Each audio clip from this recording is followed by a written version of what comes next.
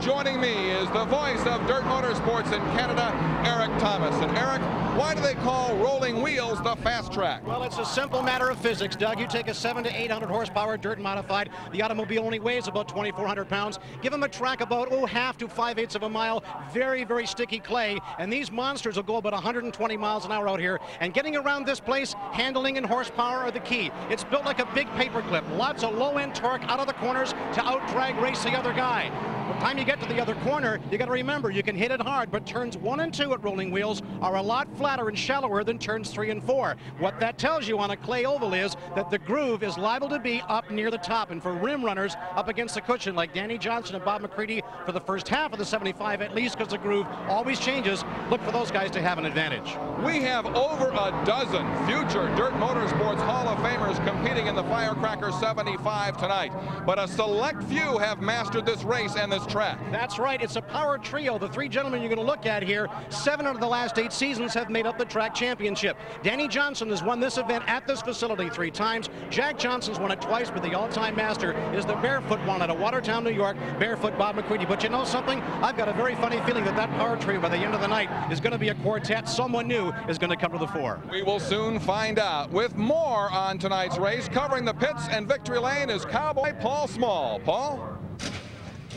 Once a year, baseball players get together and have what they call an all-star game, where the best competitors are gathered in one place. Here at the Rolling Wheels Raceway, it's an all-star game every time this track opens. The best drivers on the dirt circuit from Fonda, Canandaigua, Lebanon Valley, and Orange County all conglomerate here. But unlike the all-star game where you're elected because of popularity, you've got to earn your position to get into a feature event here at Rolling Wheels. Sometimes it's tough to finish even 8th or 9th, especially when you run against the likes of defending Mr. Dirt champion Bob McCready. Bob, it seems like the 4th of July has been a real good event for you here. It has been in the past. This year we're struggling a little bit. We've got a good, starting spot tonight by virtue of winning the heat race, so we'll make the most of it, I hope. Past couple of weeks for you have not been exactly what we call Bob McCready's standard. How about tonight? How's the car running? So far so good, but there's a cushion to lean on. If it gets dried up too much on the bottom, and the cushion goes away, we're going to be in trouble. We're setting up for the cushion, and we're going to stay there all night. Bob McCready may have been struggling the past couple of weeks, but keep your eyes on him tonight. He is a definite threat to win the Firecracker 75. When we come back, we'll light the fuse on tonight's Firecracker 75, live on Sports Channel. Rush Hour on Dirt is brought to you in part by CarQuest Auto Parts Stores, Racing Electronics Race Team Communications, Bob Hilbert Sportswear, Hoosier Racing Tires, Sunoco Race Fuels, and by Chevrolet, the cars and trucks 36 million people depend on every day. It's genuine Chevrolet.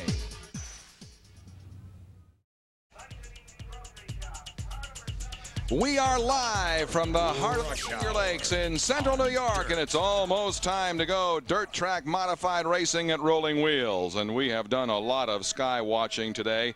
We've had so much rain as of late. Checking out the weather conditions, 58 degrees, humidity 87%, but the forecast for clearing skies, and that is so good for the thousands and thousands of fans on hand for this race. How about the track conditions, Paul Small?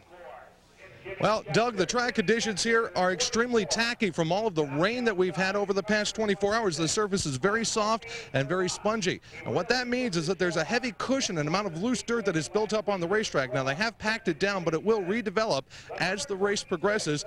The drivers have to be very careful in finessing their cars and putting these right rear Hoosier tires up on that cushion. If you hit it too hard, you can knock one of these tires right off the rim. Doug?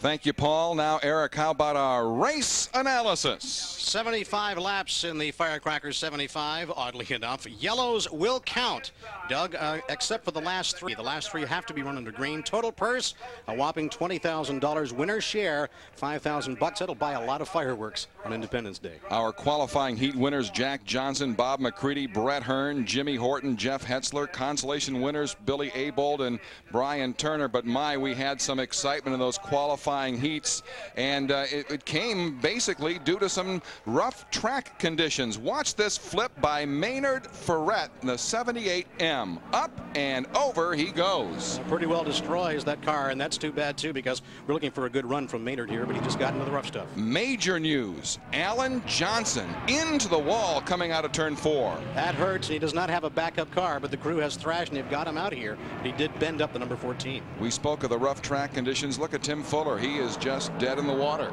Tim Fuller goes off into the golf course, if you want to call it that, but boy, we had a lot of cars fall by the wayside. Well, we do have 31 cars ready on the starting grid, and let's take a look at our starting lineup. Row number 1, the 12B out of Duanesburg, New York, Jack Johnson. And outside row 1, barefoot Bob McCready, number 9. Row number 2, Brett Hearn, Brett the Jet out of Sussex, New Jersey, 6-time Skoal Series champ, and Jimmy Horton out of New Jersey, and he just turned 40 yesterday. He'd love this for a birthday present. Then it's the lightning quick number 33 of Jeff Hetzler. And outside row 3, Pat Ward. The Hurricane, Steve Payne out of Waterloo, New York, inside row number 4, and Canada Joe Plazik out of Caister Center, Ontario, the lone Canadian in the field outside of row 4. On to row 5, and it's Jimmy Chester and Dave Camara. Frank Cozy in row 6 out of Wind Gap, Pennsylvania, and Billy Pouch, sprints or modifieds, doesn't matter, he's quick, he's in the M1. Boy, he's always up front. Absolutely. Row 7, Gil Teg Jr. and Kenny Brightbill in the 19B. Family of A.J. Romano in row number 8 out of Johnstown, New York, and Bobby Varon out of Sharon Springs, New York, 25 years old, a rising star in dirt. In row 9, always a hot competitor out of Allentown, Pennsylvania, 37 years of age, Doug Hoffman, and outside the 111 of Dave Axton. Danny Johnson just could be the most exciting driver in dirt modifieds inside of row number 10, and Craig Von Doren out of Bartow, Pennsylvania, the 33-year-old in the 114. Let's take a look at row 11, Billy Abold and Brian Turner. Steve Glover out of Rochester, and Danny O'Brien from Kingston, the other Canadian in the field, along with Joe Plazik in car number 17. Lucky row 13, Ron Smoker, the number 95, and number 32, Gary Tompkins.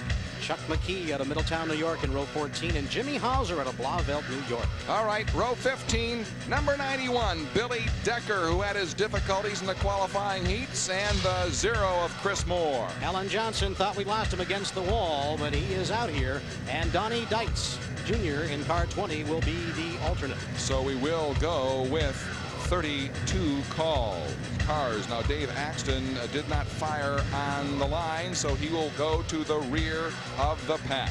Our in-car camera, sponsored by CarQuest Auto Parts, is mounted over the left shoulder of Wind Gap, Pennsylvania's Frank Cozy in the number 12T. CarQuest Auto Parts in-car camera. And our rush hour on dirt, Camaro pace car leads the way by Chevrolet. And there it is in front of the pack as they come out of turn 4 on the parade lap here at Rolling Wheels Raceway Park. And the fans stand and wave as these drivers, hot competitors, get set to go racing for 75 fast laps. No time to waste, and some of these guys up at the front, and there go the boom from the fireworks. Independence Day, and I'll tell you something else. You're not going to need fireworks to shake the ground. The horsepower out here will do that for you. Nobody sets off those fireworks any more spectacularly than Three Fingers Mordecai Brown, and he's at work once again here this evening. There's that fabulous front row of Jack Johnson and Bob McCready, followed closely by Brett Hearn and Jimmy Horton, and then Jeff Hetzler and Pat Ward. All great competitors up front for this race. Oh, really, really. And we're talking about running that high side. As this track is so tacky, they're going to be able to sling their cars just about anywhere they want, but especially up near the high side. Jack Johnson amazes me, 52 years old.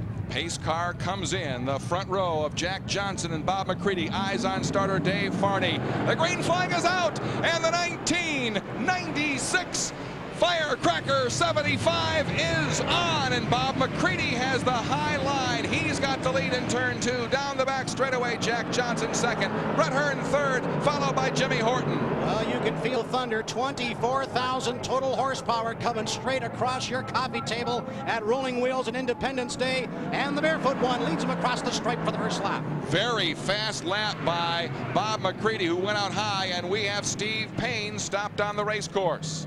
Steve Payne, the Hurricane out of Waterloo, New York, been doing a lot of campaigning up north of the border in Quebec and Ontario with regular winds up there. He brings out the first yellow in the Firecracker 75.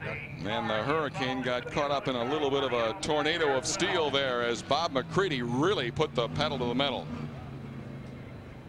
So the restart, a little dry up around the edges here. Payne didn't seem to bend anything, so he will rejoin field. Once again, caution laps do count until the final 3. And we'll go with side-by-side restarts until the midway point of the race. So whatever Bob McCready did on the start of this race, he has to do it all over again. Bob McCready, Skoal Super Dirt Series champion, defending champion, 94-95 Dirt Modified Driver of the Year as well. Stats are very impressive. Cars now in turn 2, a fast track, 5/8 mile clay oval, opened August 17th, 1969 by Robert N. Petrosi Sr.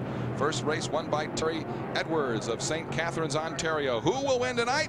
Let's see. Green flag flies once again. McCready has the lead as they cross for the start of lap 3. Are allowed on the restarts to get on at about midway point or 3/4 of the way down the back stretch, and that's why you had all the dicing in the corner. You're watching Red Hearn in the 3 swinging it wide on the outside of the high end. Here's a nice battle. Billy Pouch in the M1 and Joe Plazik out of Caister Center, Ontario in car number 1. They're closing in on Jeff Hetzler, and Hetzler is currently running in the 5th position. 2 and 3 wide out of turn 4 down the front straightaway. Hetzler goes up high, and ducking low is Joe Plazik. He can't get him as Hetzler gets some bite off the turn 2 berm, and he's racing down the back straightaway.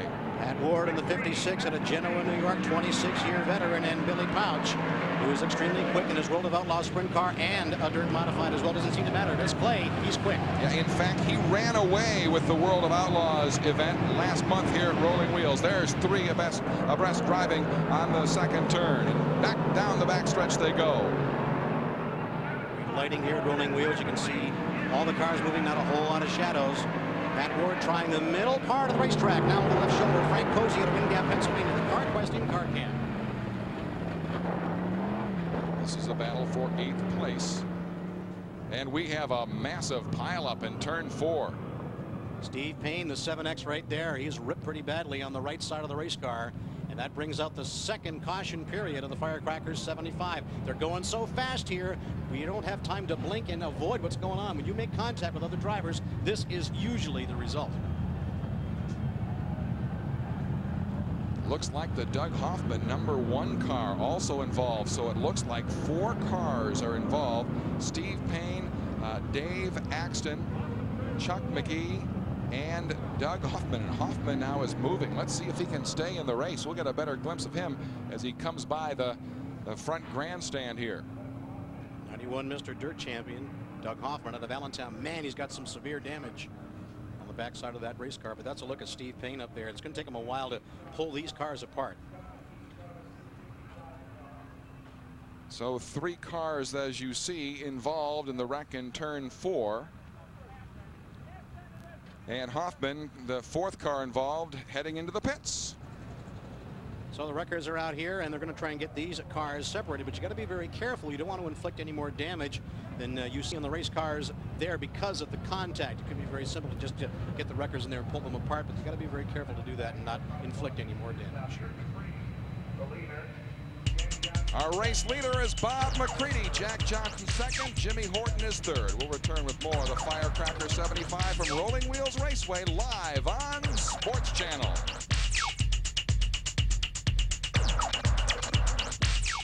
Rolling Wheels Raceway in Elbridge, New York for the Firecracker 75. 4 cars involved in this accident in turn 4. We are approximately 10 laps into our 75 event at Rolling Wheels, and one of the men involved, always a leading race car competitor, Doug Hoffman, and Paul Small is at Doug Hoffman's car. Doug, Paul? I tell you what, Doug, this car is an absolute mess right now. You can see they're pulling the sheet metal off the back around the fuel cell. The back nerf bar has been completely torn off in this crash. You know, it's a good thing these modifieds are easily assemblable. All of this bent sheet metal will go back to the shop, and the Phil Chevrolet crew is going to have to put some fresh skin on the rear end of the Billy Taylor prepared car number 1. And it looks like maybe some new parts in the rear end as well. Doug? Well, Eric, a lot of work to be done there. Well, everybody says, what's a dirt modified all about? Get kind of an idea there with some of the body panels taken off. Kind of like a wingless sprint car, a heavy one with some body panels. You get a good idea there looking at the back of Doug Hoffman's Phil Chevrolet Troyer with some of the body panels removed. They look like a sprint car with a body on them, and you kind of drive like a sprint car too. Billy Taylor and the crew thrashing in the pits, trying to get him back out here. They have Chuck McGee's car up on the hooks as they clean up the debris in turn 4. Now we are 10 laps into this race. The leader is Bob McCready. He skipped the Ransomville Skull race Tuesday, trying to regroup from a slow start to the season. This is the CarQuest Auto Parts in-car camera in the 12T of Frank Cozy. Offers a very nice perspective of what's going on the racetrack, and the green flag is flying once again, and Bob McCready is quick to put the pedal down and take the lead out of turn 4. Down the front straightaway he comes. Brett Hearn is second, Jack Johnson third, and Horton and Hetzler battle for fourth. Hetzler has it. Doug Brett Hearn with a gorgeous move on the restart up on the high side. He was bouncing through the loose stuff. I didn't think he was going to be able to turn the modified, but he did. And the T.O. Chassis Pro car with his Tony Fowl power plants, low end of the power band. Lots of grunt off the turn, able to shuffle himself up into second place. There he is in car number 3. We're looking now at the over the shoulder camera of Frank Cozy.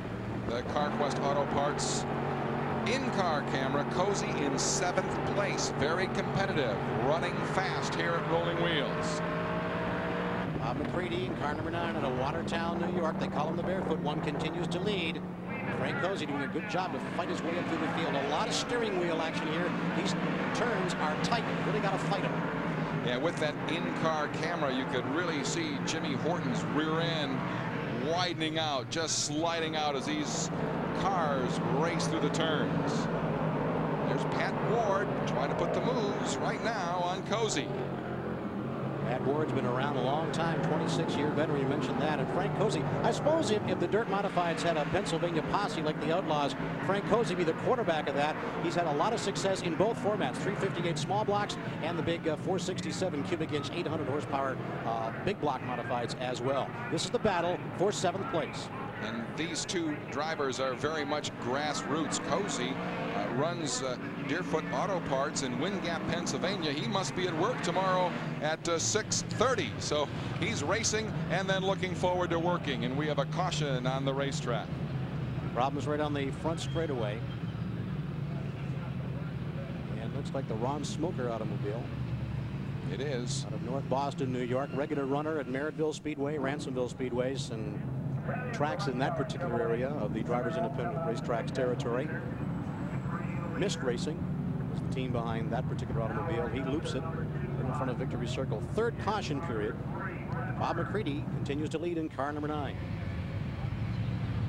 And once again, we'll go side by side for the restart. We have 17 laps in the book. And now look at this dynamic duo up front. Brett Hearn, the number 3, and Bob McCready in the number 9.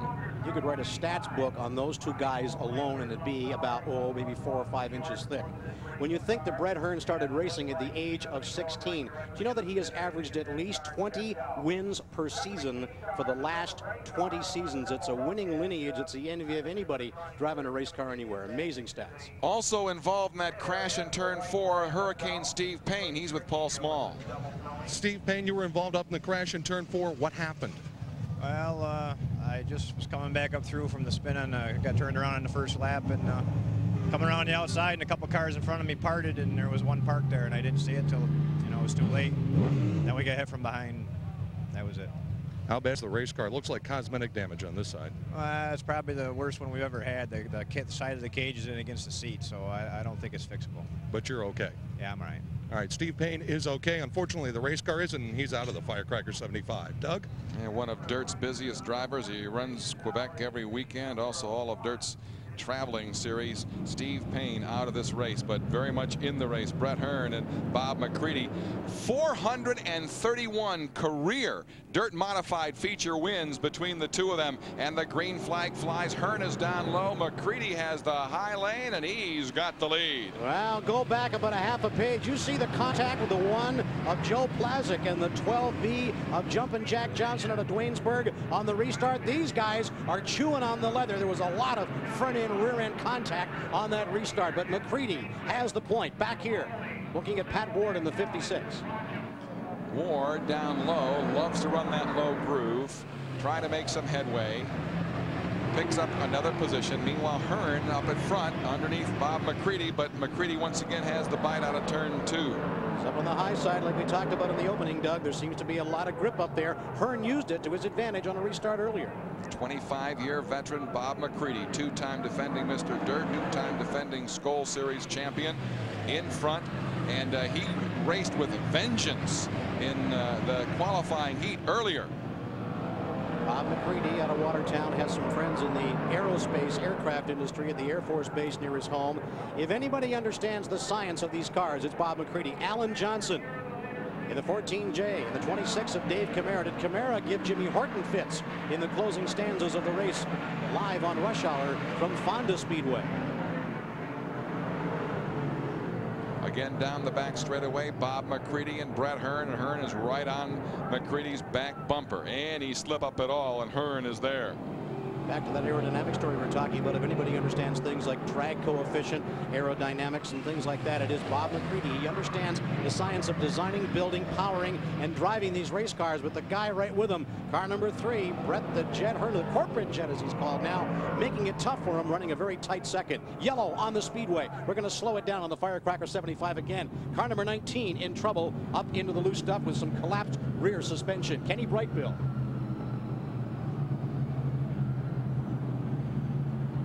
We want to welcome all those viewers who are just joining us now live for Rush Hour on Dirt on Sport Channel. We have a broken car here at Rolling Wheels Raceway in Elbridge, New York.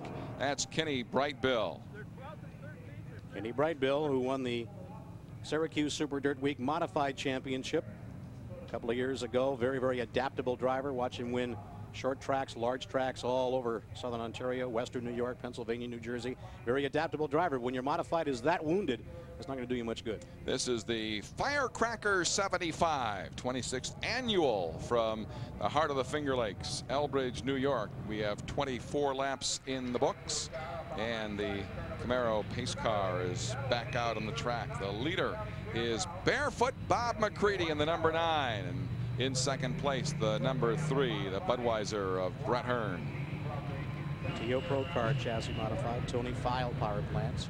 Troyer with those potent Ron Hutter power plants for Bob McCready in the 9, built by Ron Hutter in Cleveland, Ohio. Very, very quick motors, but you need the horsepower here. This track is, well, it's advertised as a 5/8, or maybe more accurately a half mile. The cars here are more than capable, if you're just joining us, of going about 120 miles an hour. In the dirt modified, Doug Logan, that's boot scooting, let me tell you. Hetzler and Jack Johnson, row 2, Jimmy Horton, Frank Cozy, row 3. Many of the absolute great stars of dirt motorsports, the front of this pack, and we are going to have a real shootout for the next 50 laps. Yellow laps count, the caution laps do count, except for the last 3 by dirt rules, must go under green. Many of the drivers here tonight race for a living. Here's a look at one of dirt's most successful racers. Brett the Jet Hearn has rocketed to the top of dirt modified racing. He's the only 5-time winner of the world's richest and most prestigious dirt modified event, the Phase 300. In the offseason, Hearn shares knowledge with young drivers at his own driving school. Articulate and cool, Brett the Jet is Mr. Slick, the consummate professional. Boy, how well spoken. 2-time Mr. Dirt and 6-time Skoal Series champion Brett Hearn in second place right now as they fire out of turn 4. Down the front straightaway, Barefoot Bob McCready in his dirt modified Kenny Drug sponsored car has the lead. Restart on lap number 27 of a total of 75. The Firecracker 75 at Rolling Wheels Raceway in Elbridge, New York. Look at this fight up front. What a pistol shoot this is, and bare knuckles as well. McCready gets it really high. Now he's onto the power. Hearn tries to poke it down on the low side. Now he files in behind number 9. This is going to be a real duel to the finish. These guys can stay up where they are right now. Once again, McCready up high, Hearn down low. McCready gets the bite off the second turn down the backstretch. Hearn right there, just waiting for any kind of a bobble. Third place, Jack Johnson. He's used to visiting victory lane here, and we have another yellow on the race course. Yellow to slow it down again, and Billy Pouch in the M1 out of Frenchtown, New York, the World of Outlaws sprint car star, is stopped and dead in the water up here. They were doing a lot of work on that car after the qualifying heat. Now let's hope he can continue, but he's not moving very fast, is he? Could be a drivetrain problem of some sort. Don't see any kind of a damage situation with Billy Pouch. Yeah, he had rear end trouble in the heat. That's right. So maybe this is a rear end problem rearing its ugly head again, but Billy Pouch is out of power, and that is quite obvious out here, so they'll try and move him away. 29 laps out of a total of 75 on the board here at Rolling Wheels. 32 cars started this event. Our in-car camera sponsored by CarQuest Auto Parts. And the 12T of Frank Cozy, and he is in the thick of this thing. Idea how these guys work those steering wheels, because you drive these cars an awful lot like a sprint car. You break the back end loose and you feather it around. But up front you got a couple of heavy hitters. There's Frank Cozy in the CarQuest automobile, running that in-car camera for us. You get some great shots, especially fighting his way up through the traffic. Yeah, he was 6th but had to pit back out on the race course. We'll return with more of the Firecracker 75 from Rolling Wheels Raceway Park in Elbridge, New York. We are live on Sports Channel. Don't just go to the Park in Elbridge, New York for Rush Hour on Dirt and the Firecracker 75 live on Sports Channel. 32 of the 75 laps in the books. And you are looking at Danny Johnson in the number 6. You call him by one of his 2 nicknames, Dr. J or Danimal. He is billed as the exciting driver in dirt. Watch this guy sling it up on the high side. Restart here. Let's shuffle the deck and see what happens. 32 laps out of a total of 75 on the board, Doug. And trying to shuffle the deck indeed is Jeff Hetzler, who's running 3rd, trying to get around Brett Hearn as they head now into turn number 1. You see the action, Alan. Danny Johnson is currently 9th. Jack Johnson is well in the top 10 as well. Down the backstretch, there's Bob McCready, Brett Hearn, and Jeff Hetzler. Hetzler gave it a good go, but he had to drop back. But the number 1 of Canada, Joe Plazik, at Casters Center, Ontario. That's about halfway between Buffalo and Toronto. He really tried to get in there, but he's had to drop back as well. These long straightaways will eat you up if you don't have the horsepower to get off the corners hard. There's a look at A.J. Slideways. Alan Johnson very high down the back straightaway. He's up to 8th. He started last, you might recall, last row. So he is flying. Danny Johnson, now out of Rochester, New York, in car number 6, the Freightliners of Newburgh Troyer. Back to the lead we go. The 9 of Bob McCready out of Watertown, New York, in hot pursuit. Brett Hearn out of Sussex, New Jersey, car number 3, the Budweiser automobile. And of course, Brett's car, built by his brother Bobby, a TO Pro car. Bob's a 3-year-old Troyer, currently leads, but there's Hearn trying the low groove once again. There's that little bobble by McCready in turn 2, and down the backstretch they go. It's a dead heat. If they had door handles, they'd be clicking them right there. There was about a comic book thickness between the 2 cars, but there's the power of McCready and that Hunter power plant against Fall. The yellow comes out again to slow it down and break the cadence. That's a shame. It is a shame, because you're talking about, doorknob to doorknob at 120 miles an hour. They could get out and shake hands if they wanted to, I suppose. McCready hanging on here. Superior horsepower coming off those corners. Hearn, I think, equal in horsepower, but he's got to run that car in the middle groove. That could be the disadvantage that's holding Brett Hearn back. Okay, further back in the pack, Alan Johnson is currently racing 7th. Now, we have 3 races run at Rolling Wheels thus far this year. Alan Johnson won 2 of them, and the Canadian Joe Plazik number 1 car has taken on the checkered flag in the other. So Alan Johnson, who's had a great deal of success here, is on the move. AJ Slideways, there he is. They rebuilt the entire rear end of the Bicknell chassis race car. These automobiles built by the celebrated Mr. Small Block Pete Bicknell of St. Catharines, 10-time Maryville Speedway champion, but getting better known for building race cars. It's a down tube chassis automobile. And AJ Slideways, 2-time winner of the Dirt Modified Championship at Syracuse, 2-time Skoal Super Dirt Series points champ, is on the move and moving. The way he hit that wall in the heat, Doug, I didn't think he's going to be back at all, but here he is. Some 260 Dirt Modified feature victories, the winningest driver on the dirt circuit, #1 in the point standings here at Rolling Wheels this year. Alan Johnson on the move. Back to the front of the pack. We already have 10 cars out of the race. This is attrition here at Rolling Wheels. Again, McCready jumps on it in turn 3. Hearn down low, turn 4. Who has the edge as they pass the flag stand? It's Bob McCready once again with a raw power down the front straightaway. He may only have about a 20 horsepower advantage, but that is enough. Brett Hearn is on it hard, but just can't seem to get enough horses to get by Bob McCready. An excellent restart by the Barefoot one, but he's famous for that kind of stuff, let me tell you. Pat Ward down low, tries to get inside, pick up another position. He's able to do that. Side the 4 of A.J. Romano of Johnstown, New York. Romano's a family affair. Dad raced, his brother Mike races as well. Kind of dry here in the groove. Well, what a change from the monsoon that we've experienced the last week here. Didn't take long. A.J. Romano in the #4. That's a battle for 10th place, involving Pat Ward as well. Meanwhile, up at the front, it's Bob McCready and Brett Hearn. Just hanging back a little bit. I think he knows he may be a little outmatched in horsepower.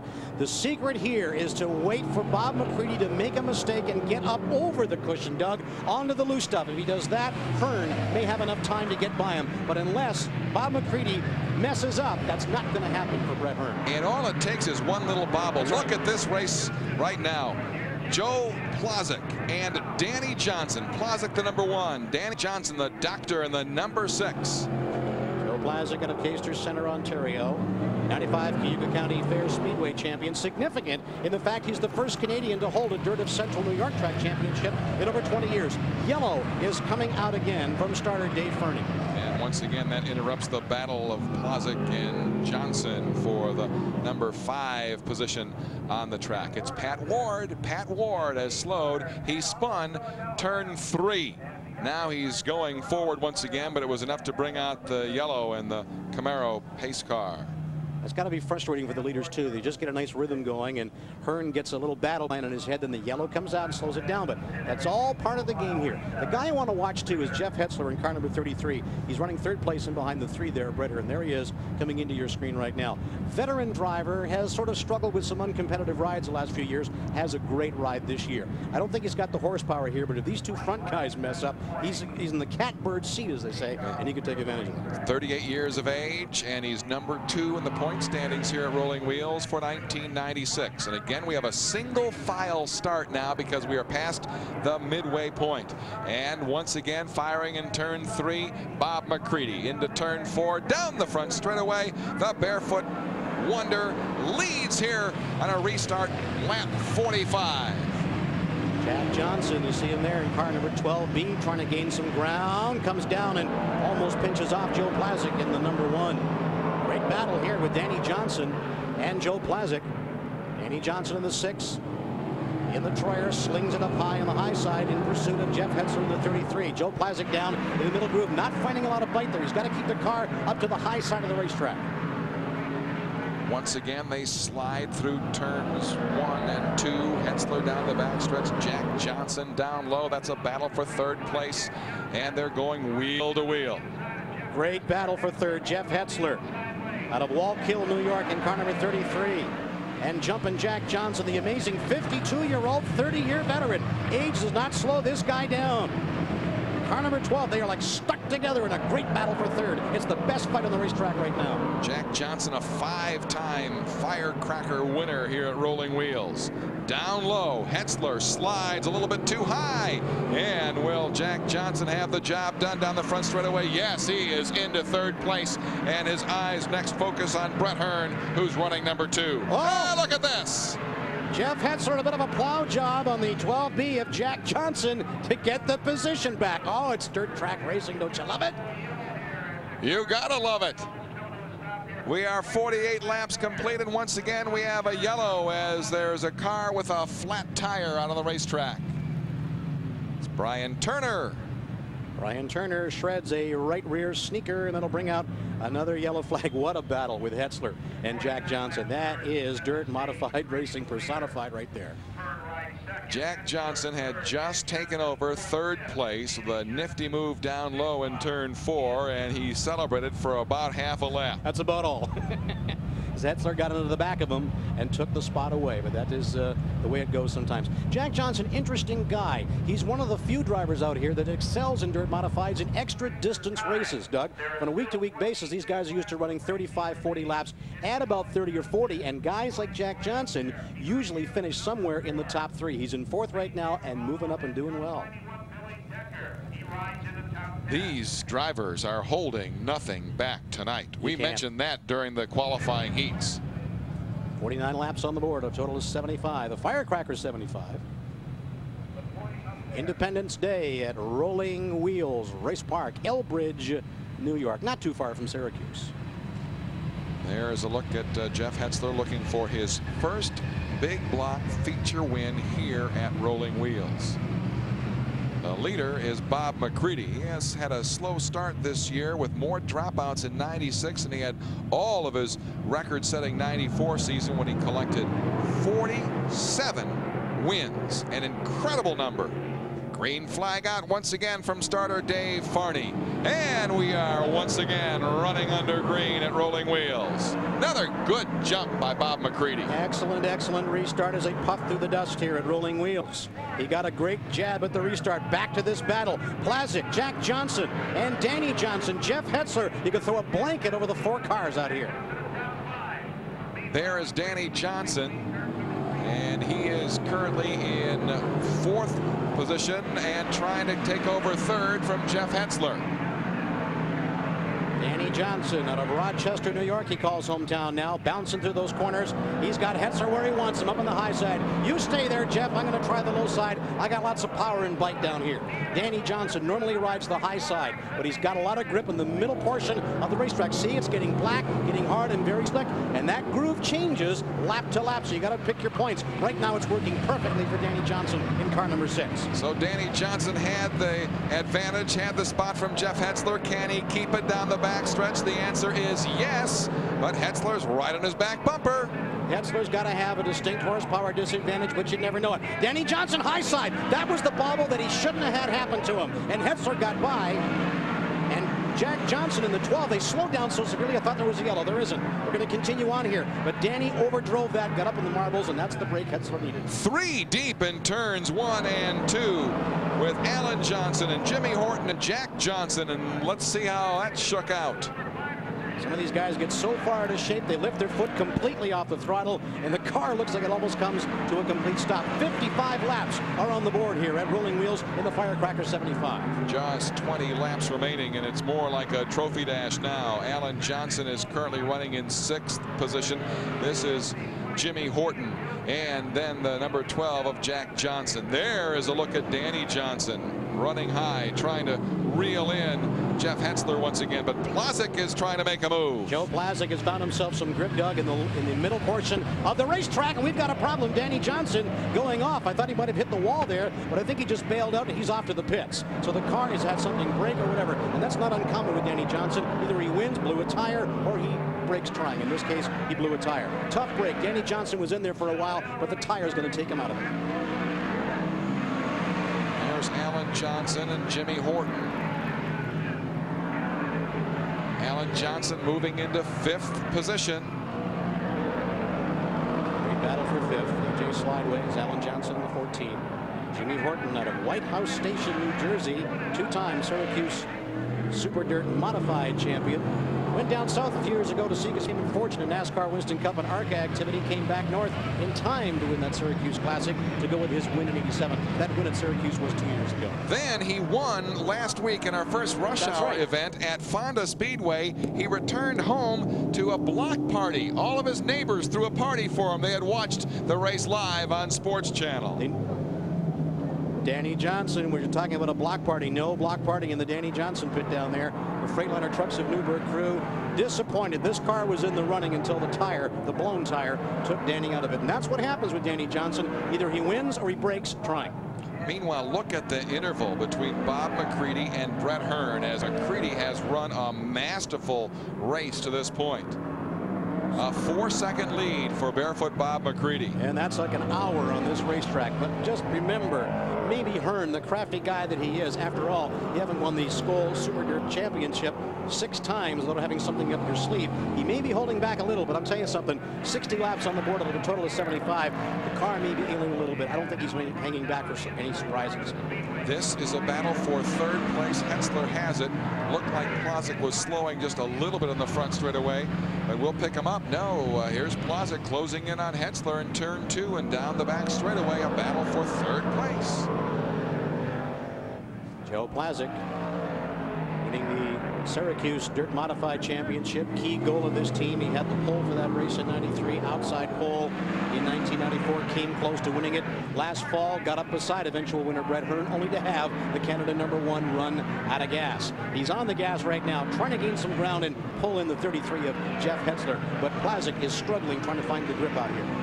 Again, this is for third place, and now Plazek goes high and a little too high. He can't make the move on Jeff Hetzler. And as we take a look at this battle here, he goes down low in the front straightaway. As we take a look at this battle for third place, Bob McCready continues to lead, but there's Joe Plazek. Can he get by Hetzler? Hetzler bobbles a bit, and there's Plazek in the back straightaway in third place. He pinched Hetzler in the 33 up against the cushion, Doug, and up in the loose stuff. And as soon as you do that, the 33 lost traction, and Plazek played it perfectly. A little hip check there, hockey-like, got him up in the loose stuff, and Plazek took the position.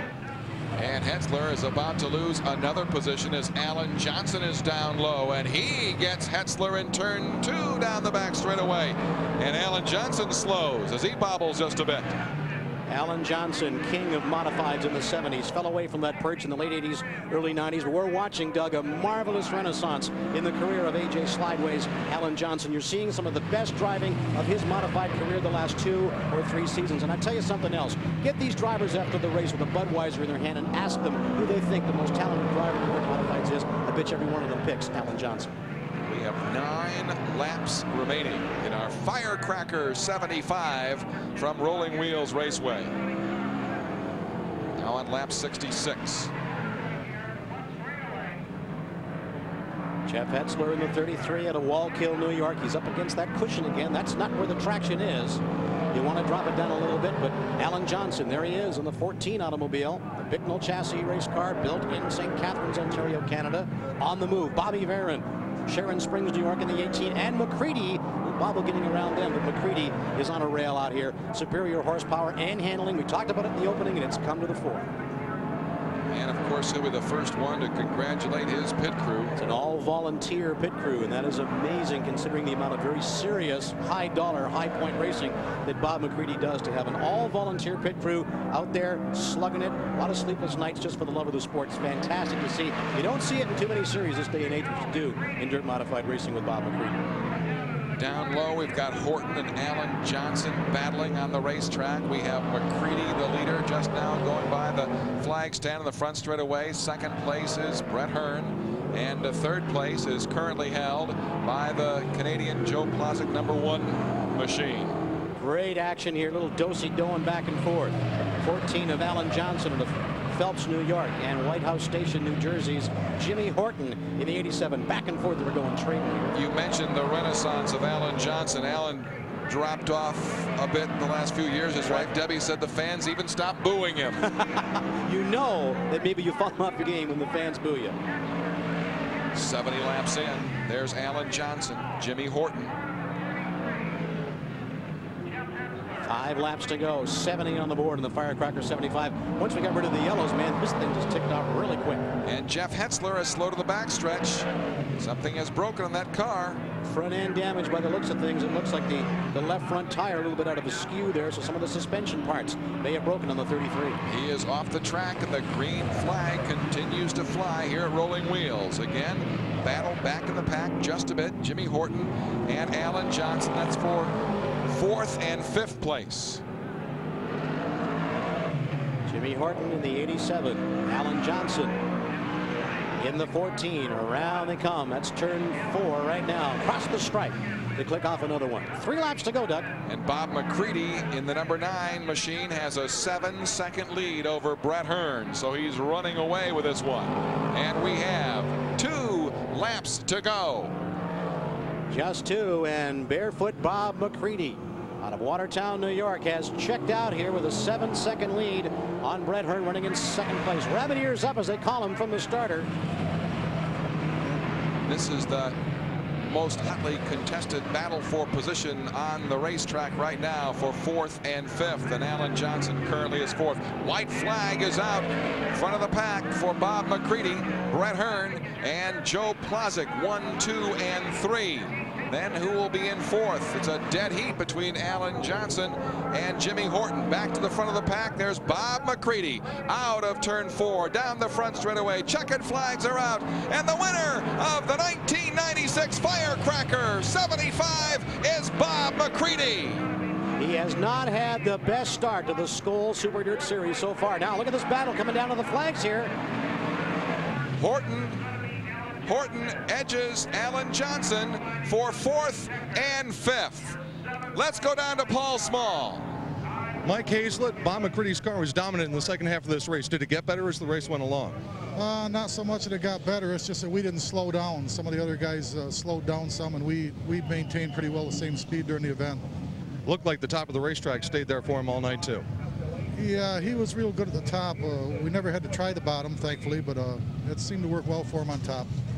For Bob McCready, this is win number 7 out of 12 of the past Firecracker 75s. Doug? McCready stayed home the last 2 days to prepare for this race, and it has paid off. Bob McCready wins the Firecracker 75. We'll talk with Barefoot Bob after this timeout. We are live on Sports Channel. Firecracker 75 is Bob McCready. He's in victory lane with Cowboy Paul Small. Barefoot Bob McCready, a dominant performance to win tonight's Firecracker 75. Congratulations. Well, thanks a lot, Paul. Just had to run flat out all night. We set the crop real loose to run up on the cushion, and we've had it kind of bad a couple weeks here, but I have to thank Kinney Drug Stores, FX Compare Car Company, Syracuse Frame Service, my crew for hanging with us here, and Billy Colton builds one of the best chassis in the country with the Troyer cars. It was just, everything was fantastic tonight. Hutter engines. What kind of a lift is this victory for you here tonight? Well, it's a lift. Any win's a lift. You know, we were in a slump, and maybe this is going to turn things around a little, but we're used to winning a few more races than we have been, but maybe that's reality. Sometimes you can't win them all, and but we're going to keep swinging at them, and tonight's a proof that we can get it back. You have something going with the 4th of July. It seems like you've dominated this race over the past 12 years or so. Well, we've been fortunate. Like I say, with Kinney Drug Store, since they came on board, we've been able to race the way you should be able to race, you know, and without worrying about things. And just like now, we had to take a week off and regroup and get our program back together. They understand that and stick with us through these kind of decisions, though they're tough on both sides, you know, but, well, it worked out.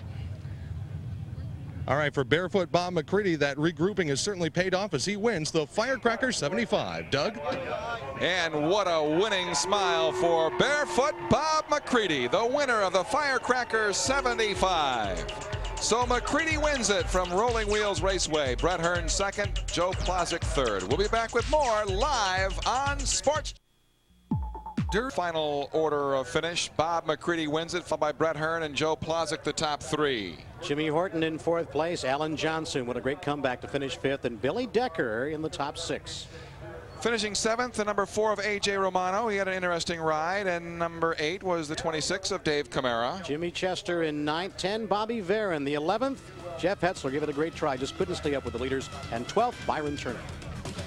Last night, our big Skull Racing Super Dirt Series 50 lapper at the New York State Fairgrounds was postponed due to rain. We will make it up Sunday, July 7th. The racing starts at 1 o'clock. We will see you there. Thanks for all the statistical help in the booth to Tom Skabinski and Kevin Kovac.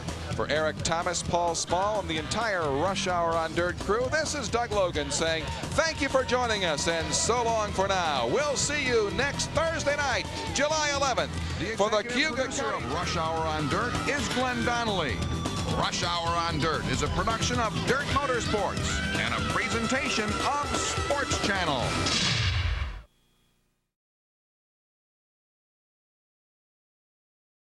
But maybe not if it's Lebanon Valley. For 2 generations, the Corralises, the Marshalls, and the Tremonts have tangled on these high banks.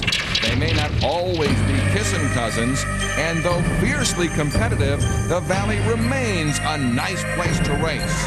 But don't look for any good Samaritans tonight. There are strangers in town, and they mean business. Family, huh? Family feud. And the survey says, let's get it on. The prize, a cool 17.5, and the title, Mr. Dirt Track USA. All live on Sports Channel. Dirt tracking, born in the cornfields and lower 40s of rural America. Dirt tracking, the cornerstone of racing. The early barnstormers put it all on the line to satisfy their thirst for speed. Now, their great-grandchildren carry the torch with the same spirit and thirst. 700 horsepower rips the earth. For 1 hour, nothing else matters. It'll raise the hair on the back of your neck. Rush Hour on Dirt.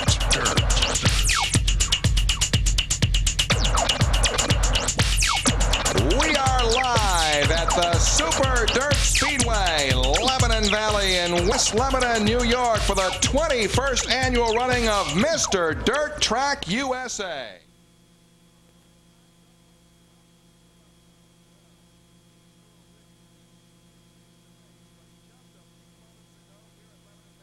We had a substantial power outage. The good news is we will have racing for you here live on Sports Channel. Tonight we have something very special for you. Our 75-lap Skull Racing Super Dirt Series event is the richest short track race in dirt motorsports, paying nearly $18,000 to win.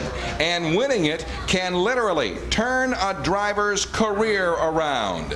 Join me is Dirt Motorsports racing analyst Gary Montgomery. And Gary, what does it mean to these drivers to win Mr. Dirt Track USA? Well, Doug, I talked to a number of the drivers before the race here tonight, and the big deal is it would turn our season around. That seemed to be a thought that everybody had. Pay some bills. This would be a half a year's worth of tire bills for these drivers. Somebody talked about having an engine freshened. Another guy with a new roller. That's a chassis with all the components except the engine to make it go fast. Somebody else said they could go to Syracuse first class as opposed to the way they might go otherwise. Another guy ever told me, and I won't name him, he says, the biggest party ever, and we'd have $16,000 left over. Turn around the season. That's the general theme. The 1992 winner of this race, Mark Fleury, used the money that he earned here tonight to pool with some other resources and went off to college, earned his law degree from the University of Dayton just a few months ago, took his bar exam just a couple weeks ago. He's waiting for the results of that. He's not here racing tonight, but so all kinds of stories. $17,500 makes a lot of difference to everybody. This great race is run on what we call a Super Dirt Speedway. Doug, it's lightning fast, long, narrow straightaways with wicked tight turns. Somebody described it as a pair of quarter-mile drag strips with a couple corners thrown in just for kicks. It's a paperclip racetrack. A friend of mine, Joe Plazek, who's not racing here tonight, that's what he calls a paperclip. But it is tight, very narrow, very, very fast. It's a 5/8 mile. The straightaways are 660 feet long. The banks are 18 degrees, but to look at them, you'd think it was a whole lot more than that. It's a fast racetrack. We've seen contact, a lot of it in the heat races earlier. We're in for a great race. Now covering the pits and victory lane for Rush Hour is Cowboy Paul Small. We would normally be hearing from Cowboy right about now, but we're unable to do that due to technical difficulties. But he was to talk to us about a true testament of the Lebanon Valley racing family. And of course, we're talking about the Tremonts. The Tremonts, certainly, they are the mainstay of this racetrack. Ken Tremont Sr. has been coming here for the every race they've had, with the exception of one, I believe. They've been operating here for over 40 years, 44 years, I believe it is. He'd never won a track championship. He'd owned cars for a number of years. A lot of different drivers drove for him, but he never earned a track championship until his son, Ken Jr., won, and he's now won 8 of those championships. So there's a lot of stories we'll tell them about as the evening progresses. Let's take a quick look at the Skoal Racing Super Dirt Series points picture. And leading the way is Brett Hearn. He's having another wonderful season. He's got a couple of wins. They came at Cornwall and Granby earlier this summer. Doug Hoffman is second. He was a winner at Drummondville. Our Fonda winner, Jimmy Horton, was third. Billy Decker, Alan Johnson, who's not here tonight, incidentally, is fifth in points. Dave Camara, sixth. And the next 6, Danny Johnson, Jeff Hetzler, Tim Fuller, Kenny Tremont, Steve Payne, and Frank Cozy. Now, let's take a look at the current Skoal points leader, Brett Hearn, and the Mighty Mod Squad running a special show here Tuesday night near the end of the race. Watch this as 2 of Dirt's heavyweights tangle. Here's the videotape. Watch the number 3 of Brett Hearn and the number 87 of Jimmy Horton as they head into turn 1, turn 2, and then down the back straightaway. Look at the collision. Brett Hearn, hard cut. It's just a situation where we were going down the straightaway, and we got about halfway down the straightaway, and we hooked wheels, his left front to my right rear, and turned me out towards the wall. I just feel real fortunate that we didn't completely destroy a race car, because we were about as close as you can get to rolling over. And you know, the straightaways here are very fast. We ended up basically destroying the front clip of the car. We had to replace that yesterday, and made for a long day, but we're back. Well, just neither one of us give an inch, you know, and we just run hard, and we're like magnets, 2 of us. We always end up together somehow, you know, and it's just one of them deals. We just run out of racing room, and we both got wrecked. Well, bad blood between Hearn and Horton dates back to a confrontation at this very track in 1987. What's in store tonight for these rival drivers? You won't want to miss it. When we come back, the engines will roar to life, and the green flag will fly for Mr. Dirt Track USA. This is Rush Hour live on Sports Channel.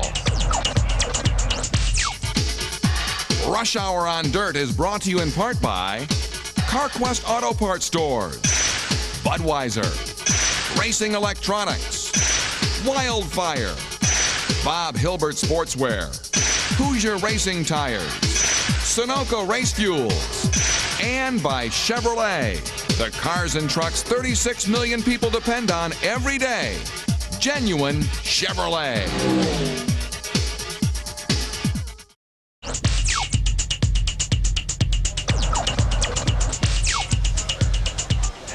We are live at Lebanon Valley Speedway for Mr. Dirt Track USA, and the engines are about to spring to life here for our big race. And we always watch the skies, weather such a factor with dirt modified racing, and we have absolutely ideal conditions for racing tonight.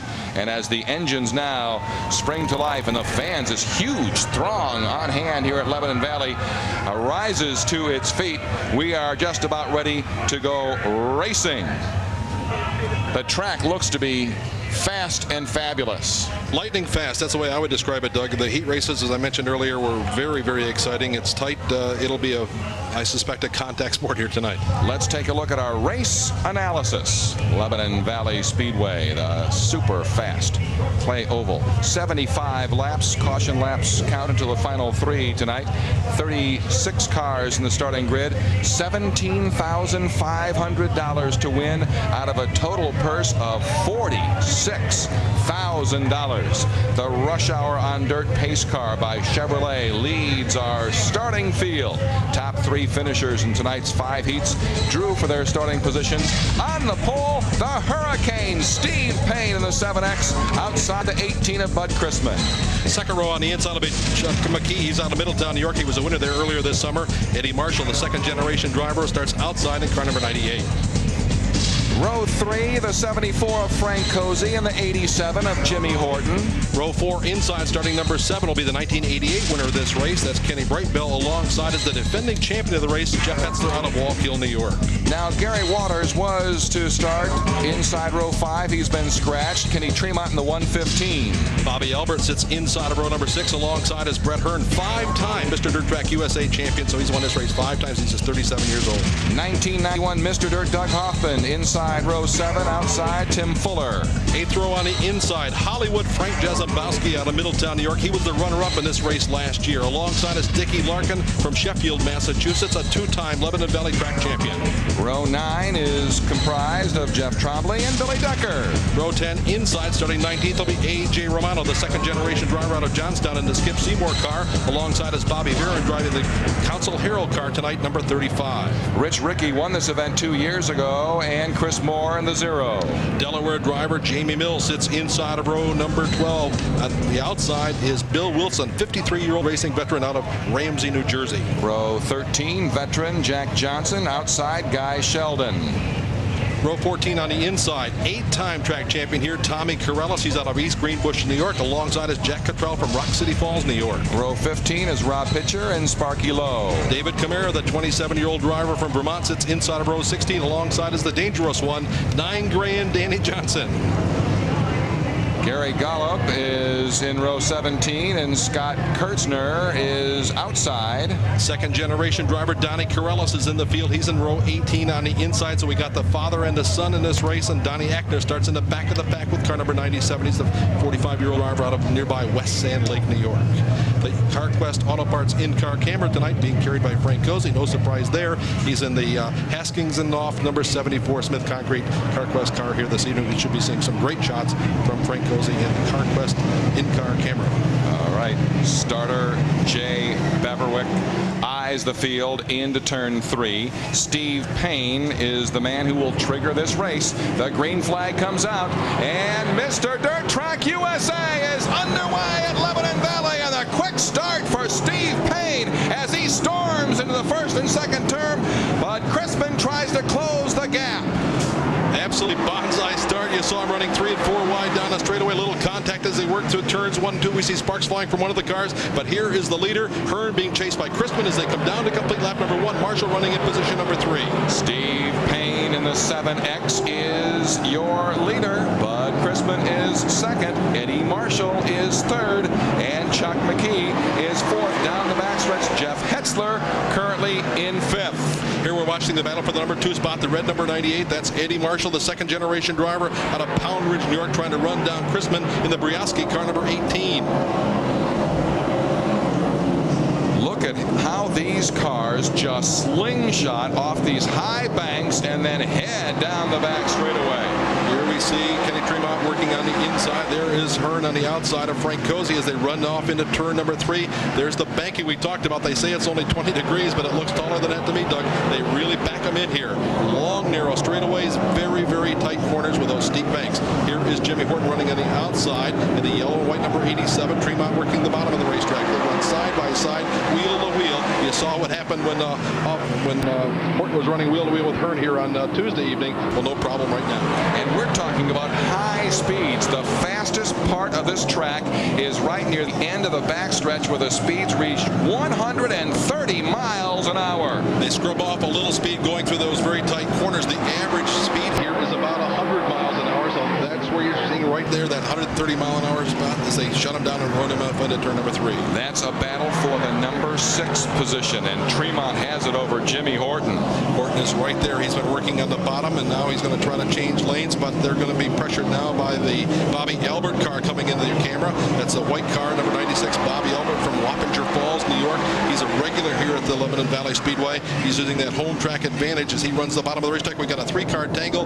There's Bill Wilson in the yellow number 7, Jamie Mills in 30, Jack Johnson is in red car number 12B. So the 3-car tangle slows things down. That's over in turn number 2. Looks like they'll all be able to back away. The 2 older drivers, I think they're the oldest drivers in the field. Ramsey is 53 and Horton is 50. Johnson is 52. Yeah, Jack Johnson obviously with some front-end damage. Rush Hour will continue with more coverage of Mr. Dirt Track USA from Lebanon Valley Speedway live on Sports Channel. Rush Hour on Dirt. Live at Lebanon Valley Speedway for Mr. Dirt Track USA, running lap number 10 of our 75-lap championship event here. And the leader, we have a new leader. It's Bud Crispin in the 18. What a surprise here, Doug. On the outside, he's run down Steve Payne, and he's now opening up about a 5 or 6 car length advantage. And here comes Kenny Tremont working the inside in a battle for the number 2 spot. Here's Tremont working the bottom. You saw that, or excuse me, that was Marshall working the bottom. They hustle down the front straightaway, all trying to run down the Brioski, number 18 of West Milford, New Jersey driver Bud Crispin. Now we have word at the very beginning of this race, Jimmy Horton made contact with the wall and knocked out his radio communications. And we saw the contact as they came down for the green. We didn't identify which car that was, but that was obviously Horton involved, and so he's going to have to run without radio contact. That'll be a bit of a disadvantage here as this race wears on. And now into second place goes Kenny Tremont. We talked about the success story there. Tremont's best ever finish in this race, a 3rd in 1983. But he has 8 track championships here and 50 feature wins all time. 3 of those coming this year, and he's having a great season. We mentioned earlier that his father is his car owner, builds the engines. It's a family affair, these Tremonts, and they'd love to win this big Mr. Dirt Track USA Championship. Here we see a good battle as they're Cozy in the blue and white number 74 being chased by Hetzler in the 33, and Horton is right there. That's a 3-way battle for position number 7. Down the front straightaway they come. There's Hetzler in the 33. Horton tries to go down low. We have a car spinning. We've got a spin. That is, I couldn't figure out who that was, but Hearn is involved. A.J. Romano is involved. The black car is Kenny Brightbill, the black number 19. The 55 of Ricky. There you see A.J. Romano in the red number 4. Brightbill, a defending, a former winner of this race. Oh, that's the 265. That's Chuck McKee. A little bit of oil fire there, but that's, well, no, there is still fire there. McKee pulls away, but there is fire in the Dover brake car 265. And it looks like we have some damage on lap 16 to the Brett Hearn car. Now there's Chuck McKee. He's going once again. We'll keep an eye on him and see if that fire is out as he looks to duck into the pits, and he does come into the pits. That fire is still blazing, though. There's the oil cooler is back there, and no doubt that they've broken a fitting or something or other. And speaking of fitting, there's the fall fittings number 55. Look Ricky's at Brett's car, and there's Hearn's Budweiser number 3. Obviously bent a bunch here in the early going. It's a right rear flat. So Brett Hearn is going to look to limp into the pits. Stopped up there. This is the scanner of Brett Hearn. Let's see if we can catch up with any of the communication there. Brett, remember, holds the only small block lead over Doug in school points. Okay, broken right rear torsional.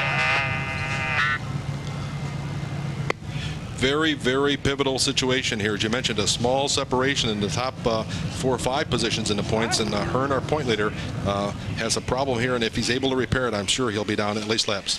Here's the replay and the spin. It looks like there was contact with the McKee machine. McKee goes around. Bobby Albert makes contact on the outside. There's Cozy just going to narrowly get by. Here's Hearn coming on the bottom, and he clips the bottom of the back of the 265 of McKee. Brightbill with no place to go. In fact, he is all stopped, but he got run into. A.J. Romano is there. There you see Ricky coming in last in the red car. looks like the most seriously damaged of the whole bunch is Brett Hearn. A lot of things going on in Hearn's life this week. The crash we talked about earlier, his son, just a little over a year old, in the hospital. As a matter of fact, tonight he'll be released tomorrow. They brought a bunch of people. He is generally okay, and the son, that is, Brett's obviously okay, but a little hot right now. They brought a bus up from New Jersey with Hearn fans in it to watch the driver, and it's going to go up short here tonight. Remember, Brett was involved in a wreck just 2 nights ago, and his crew worked like demons to get the car ready, and all this to be finished so early here this evening. Tough. We're back to racing now. 4 hours sleep, as a matter of fact. And there you saw Marshall making a move on the inside. He's taken over the number 2 spot. Tremont fights back on the inside. Oh, boy, Doug, we got him. Oh, they're all over the place.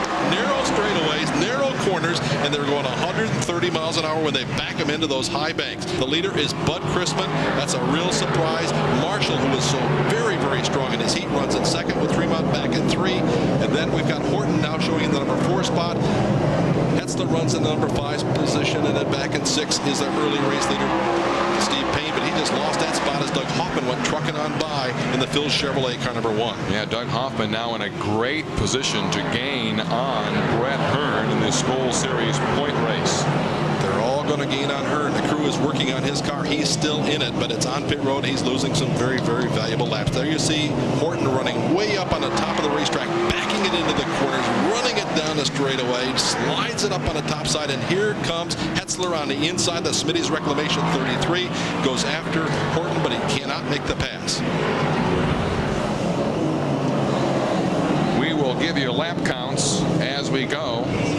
There's a look at the battle involving Steve Payne on lap 22 of 75 here at Lebanon Valley.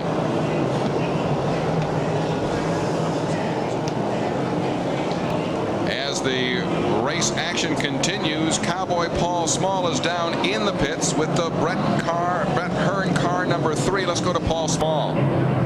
Brett Hearn's Budweiser car number 3 is on pit road. They're working on a couple of things on the car right now, Doug. First off, the front end nerf bar and some of the front end geometry is bent. The sheet metal on the right hand side is shredded on this car, but the main concern is with the trailing arm of the suspension in the rear of the car. They're also replacing a rear torsion bar in the Budweiser number 3. A lot of work, but they are going to try to get Brett out on the racetrack before Mr. Dirt Track USA is over. Doug? Wow, what a job they have, Gary. Yeah, they're working hard, but they're definitely losing a lot of very valuable laps. And here are a couple of the point chasers that are having a great run here in the early going. You see Hetzler on the inside. He's just made the pass of Jimmy Horton. Horton runs the bottom of the racetrack. Hetzler, the defending champion, also won this race back in 1987. For a different team back then. But this is essentially the same car that he won with last year. Here's our race leader, Bud Chrisman, the Briosky number 18. There's the second place car. Marshall. Third is Tremont. As they hustle down the front straightaway, here they go into turn number 1.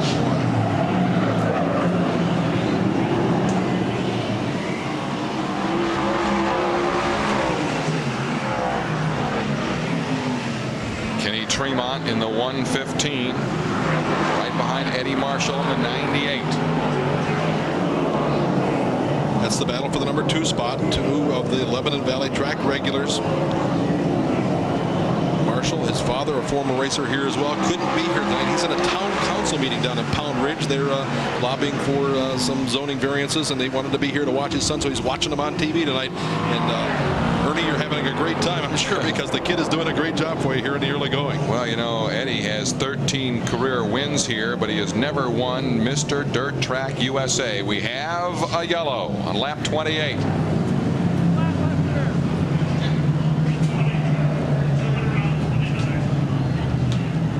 Didn't see what happened. Perhaps it's the 91 of Decker. Was he in trouble?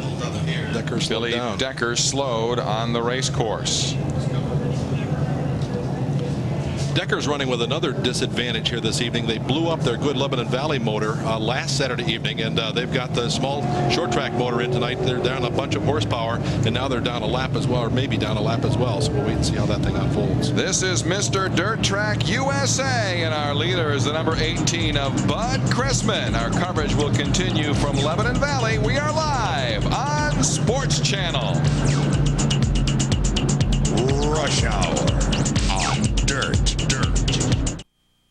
Don't Don't just go to the race. Listen in. Experience it live. We are back live at Lebanon Valley Speedway, Mr. Dirt Track USA. We're on lap 35, and we have a new leader. The 115 of Kenny Tremont is way out in front. He took the lead from Chrisman in a little wheel banging deal over here in turn number 2 just a couple laps ago, and that's the difference. He is now setting a blistering pace, trying to win this for the very first time. A man that we're keeping our eyes on is Danny Johnson. He started way back in position number 32. He's already up to 9. Doug, oh, we got a crash right here on the front straightaway. Look out! Right on the front straightaway, a car turned around. That's Tommy Corellis, perhaps Donnie Corellis. I'm not sure which of the Corellises that is. I believe that's Tommy. It's got TC on it. Okay, that's the veteran driver, Tommy Corellis. Again, that was a father-son deal here. 8-time track champion. He's only raced here a couple of times this year. They're devoting all their efforts to the Donnie's car, but the old man just couldn't hold off, and he had to come back here and run tonight and try to win this thing. And he is moving once again. Smoking as well. Yeah, there's something rubbing up against one of the tires. Now send him to the pits where the John Schumann Racing Team will administer that automobile. You saw Corellis just pass the number 3 of Brett Hearn, who is back out on the track in the Budweiser car. Now he's going to head back into the pits, but there's your leader. The leaders, as a matter of fact, starting with the 115 of Kenny Tremont. Race leader. Well, what do the Tremonts feel about Kenny now in the lead? Let's go down to the pits and Paul Small. Ken Tremont Sr. on the radio with your son, Ken Tremont Jr. out here in the lead, and this car looks dominant right now, Ken. Right now we're in good shape. If everything can hold true, see how this restart goes. If everything keeps going the way it is, we're all set. You got to be hoping for this one right now. You got to believe it. You got that right. And we're going green. And how about that for a restart? I'd say Kenny was ready for that green flag. We got green on lap number 39. And Kenny Tremont Sr., they called him Abe, and now everybody knows why. He looks a little bit like Abe Lincoln. Down the back straightaway.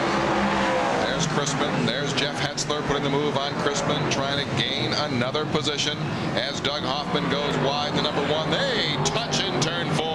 A little wheel banging at 100 miles an hour. That's the battle for the number 4 spot right now. There is Hetzler king the bottom of the racetrack. Crispin goes up on top, and here comes Hoffman, makes his charge down on the bottom of the racetrack. He may pick up the spot. Yes, he will. He'll pick up a spot as well as they shuffle Crispin back to about the number 8 spot right now. And down the front straightaway comes Crispin after losing a couple of spots. Danny Johnson continues to be on the move. He is in the number 9 position, and he just passed Steve Payne. 1, 2, 3, 4, 5. In now into 7th position. Absolutely unbelievable performances. He's got that Freightliner of Newburgh car wound all the way up. We call him 9 grand Dan, and if there's 9 grand left in that engine, he's using it right now. This is a place for horsepower, and you keep him wound up, and Danny's doing a great job. He's passed more cars than anybody else by a long shot. Again, starting back in position number 32. I think he sees that 17.5 grand. Yeah, talk about turning your season around. And he's won a couple of races already this week, small block races at Merrittville and Ransomville. He won them both on Monday and Tuesday evenings. Lap 43 as we take a look at racing action on the track involving Steve Payne and Frank Cozy. There's Guy Sheldon making a pass at Bobby Albert. Sheldon in that S car, the sign car, the orange and white car. He won his first ever modified feature race here just last Saturday evening. Steve Payne, the early race leader, trying to hold off Frank Cozy as they head down the front straightaway. We have a battle for the number 3 position shaping up now between Eddie Marshall and Jeff Hetzler. Doug Hoffman right on the heels as we continue to watch Payne and Cozy. The third car on the screen there is the 8 car, the Jack Cottrell car. He won the race here on Tuesday evening. Here we see our top 5, Tremont, Horton, Marshall, Hetzler, and Chrisman after 43 laps. And that is now updated because Hoffman is into that top 5, and there's the battle as Hetzler tries to go down low, and there's a contact. 2 cars off the track. Hetzler and Eddie Marshall Marshall. Tough break. 2 cars running in the top 10. Both will be able to continue, but Marshall's car was forced right down. He's on pit road. No speed limit on pit road, but he's using the better part of judgment here, we should say. And he's moving very slowly. That's a tough break for him as he moves now is going to pull off the racetrack and behind pit wall. There's Hetzler on his way. The Smitty's Reclamation 33 Troyer car. He falls to 6th. He is, in fact, now he is behind Chrisman and Danny Johnson. So Chrisman runs in 4 with Danny in 5. You talk about him losing some ground. He's not losing anything compared to what Marshall is. Marshall is on pit road. Here's Chrisman, the blue and white Brioski number 18, being run down by Danny Johnson. Not far behind is Hetzler, who lost some ground, trying to reel him in. That's 4, 5, and 6 on the racetrack. And they're all chasing Kenny Tremont. He's out front with some traffic right now and trying to run away and hide, but traffic will be a problem for him here in just a couple laps. Horton runs in the number 2 spot. No contest there. Hoffman is in 3. Then you see the 3-way battle for position 4 and 5. Chrisman running in the number 4 spot. Danny Johnson running 5, and Hetzler in 6. After the collision with Hetzler and Marshall, I'm intrigued with Hetzler and Danny Johnson. Oh, look at that in turns 3 and 4. We talked about it being narrow, and there it is narrow. You can see that on the screen, and Hetzler's all over Danny. He'll try to run him on the top or on the bottom, trying to get back up and win this race again. Again, he's a 2-time winner of this race. Danny has never won it, nor has Chrisman. Very secure positions right now on the racetrack. Leader Kenny Tremont, 2nd place on lap 51. Jimmy Horton, 3rd place Doug Hoffman. They have a lot buffer, but this battle for 4, 5, and 6 continues to rage on. Danny goes way down on the bottom of the racetrack trying to run down Chrisman. It scrubbed off too much speed. It will not work, and that allows Hetzler to close in and challenge him once again. While we continue to battle on the racetrack, our heat winners today: Frank Cozy, Doug Hoffman, Kenny Brightbill, Eddie Marshall, and Kenny Tremont. Consolation winners: Rich Rickey Jr. and Chris Moore.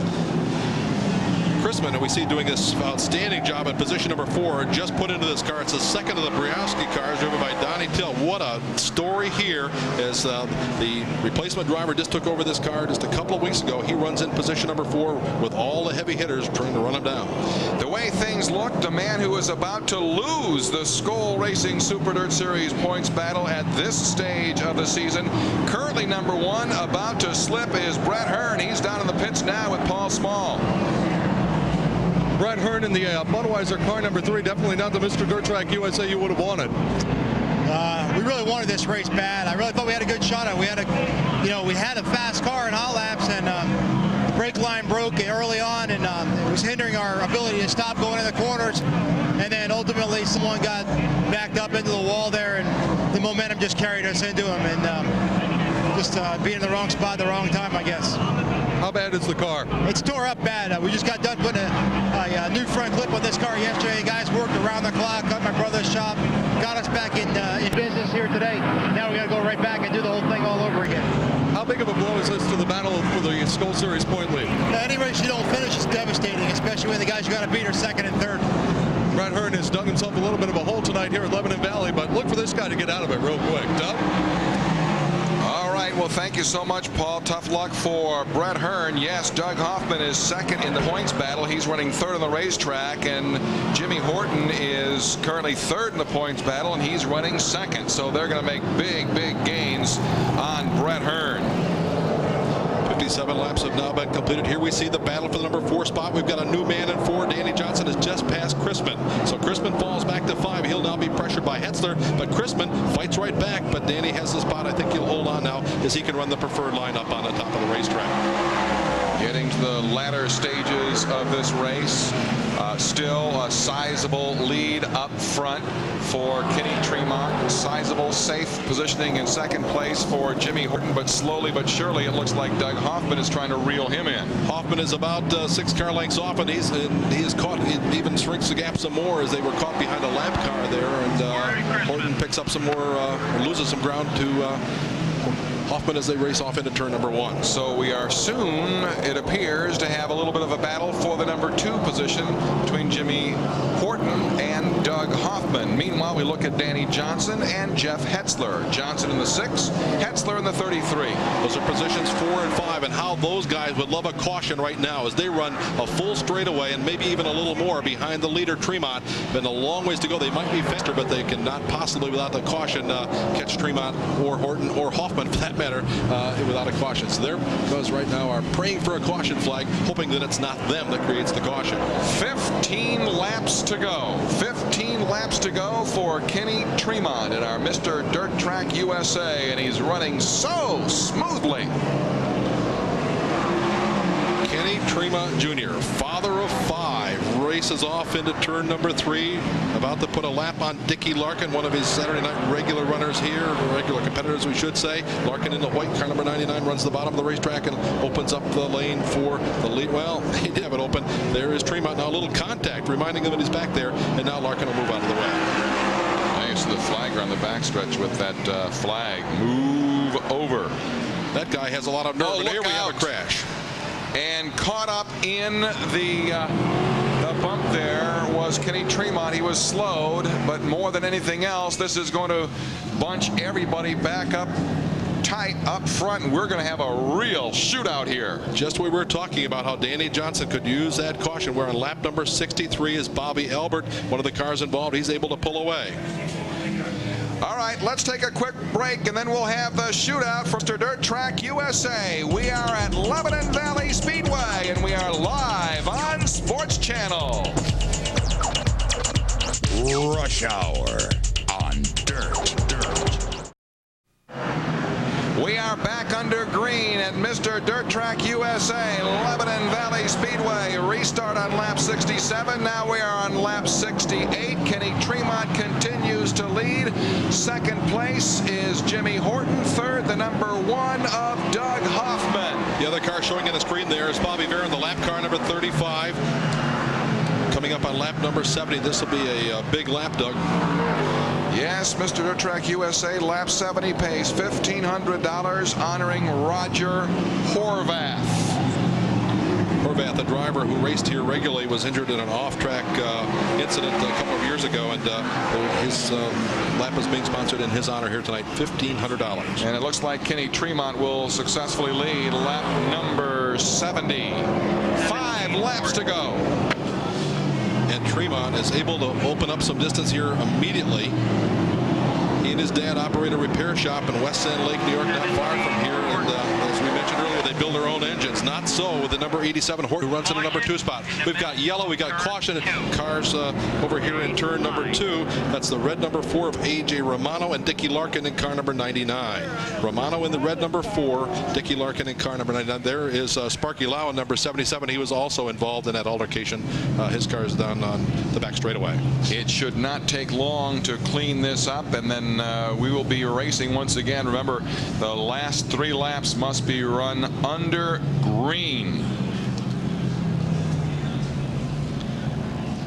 There's a Skip Seymour car. A.J. Romano pulls it away from the scene of the accident, and he'll pick it up at the back of the pack. And we are on lap 72, so the last 3, we're on hold right now. The last 3 laps will be run under the green. Extravaganza on Dirt, Super Dirt Week, and if you've never been there, folks, we suggest you do so. It is absolutely an outstanding affair, $1 million weekend on the Moody Mile at Syracuse. We have 3 laps of green flag racing, and Tremont leads Horton out of turn 4. Pedal to the metal, green flag is out. We're racing once again, and it's a sprint to the finish. No lap cars to contend with. Horton tries the bottom, then it slips up and it loses some ground. Here comes Hoffman on a charge. Hoffman in the Billy Taylor. Phil Chevrolet, Troyer car number 1, trying to run down Horton as they work through turns number 3 and 4. Tremont still out front. His car's a Troyer car. His dad builds the motor. The grandstand, they're all on their feet, Doug. And we have 1 lap remaining. Kenny Tremont, one of Dirt's most loyal drivers, tonight marks his 209th consecutive Skoal Series start. That's the top among all the drivers. Out of turn 4, down the front straightaway. The checkered flag is out. Kenny Tremont is Mr. Dirt Track USA. 17,000 $17,500 plus the $1,500 that he collected on lap number 70. What a payday for the Tremont family. What an outstanding race here, Doug. Good job, Ken. Good job, guys. Thanks. Real smooth. How about that radio communication? Jimmy Horton second, Doug Hoffman third, Danny Johnson fourth, and Jeff Hetzler finishing fifth. And Bud Chrisman coming home with that number 7 spot. What an outstanding show here. Kenny Tremont. Let's go down to Paul Small. Paul, take it away. Ken Tremont Sr., you got to feel great. You finally got Mr. Dirt Track USA. You got it. Yeah, you couldn't feel better. I'll tell you, it's really a happy moment in my life. Did that last restart make you nervous at all? All the restarts made me nervous. Yeah, that last one especially, with 3 laps to go. Yes, it really did. All right, go down to Victory Lane and enjoy this one with your son, Kenny. Congratulations. Thank you very much, fellas. What a success story. We talked about the Tremont family at the beginning of the show. And that fella has been to every race here since in the 43 years, 44 years, however long they've been operating this racetrack, with one exception. Just a couple of years ago, I forgot what it was that came up, but he couldn't make it. So he's been coming each and every Saturday night for all those years. And for the last, I think this is the 15th of these Mr. Dirt Track USA events, and hadn't won one until tonight. But they did it in convincing style here with a home-built engine. I think that's the big story. That fellow you just saw, he builds the motor. He didn't seem all that excited, Doug, for $17,500. Well, I would have to say that with now 51 all-time feature wins here at this track and 8 track championships already under the belt, the Tremonts are used to doing a little bit of winning here. Yeah, they win a lot of races, but they don't pay $17,500 plus the lap money. There you'll see a very happy Kenny Tremont. And let's go down to Victory Lane. Paul Small, are you ready? Mr. Dirt Track USA here at Lebanon Valley. It is pandemonium in this Victory Lane. I don't think I've ever seen a crew or a driver as happy as they are here tonight. Kenny receiving congratulations from his father, from family and crew members down here. Kenny, congratulations, incredible win. Thank you very much. Well, we've been trying to get this one a long while, and I think it's been the first time I've been able to draw for the feature since about 1986. So I knew if I could draw, with the top cars that qualified out of the heat, I thought we'd be in pretty good shape. But we had a couple of breaks there in the restarts, and boy, the thing really went well. I can't thank the crew enough, and Billy Colton and Pete Chuck was giving me a hand with the chassis from PMC Fabrications, and my dad, Fane Concrete, King Road Materials, Doherty Brothers Construction, Huffman Carpentry. There's a whole slew of them. Ferro Oil Company, Boomer's Performance. I can go on, and boy, I thank the guys. The guys have worked really hard these last couple of weeks trying to keep this car so it would finish. And just got to thank my dad. He's worked hard for the last couple of weeks trying to get a couple motors rebuilt, and it's unbelievable the way that guy works. And I got to thank him. Thank everybody. Yeah, actually, one of the guys told me that Ken Senior's been working on the motor for this race since January. That's true. Well, actually, it started last November at the trade shows, ordering parts up, and boy, it's been a long process, but I'm real fortunate to have a good family behind me, especially my dad, my wife, and my mother, and a couple sisters that support me the whole way, and really fortunate.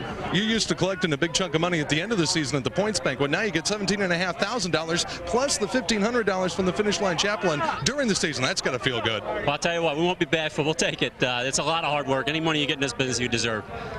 What about the last lap? Well, I knew if I just kept the car straight, I'd be all right.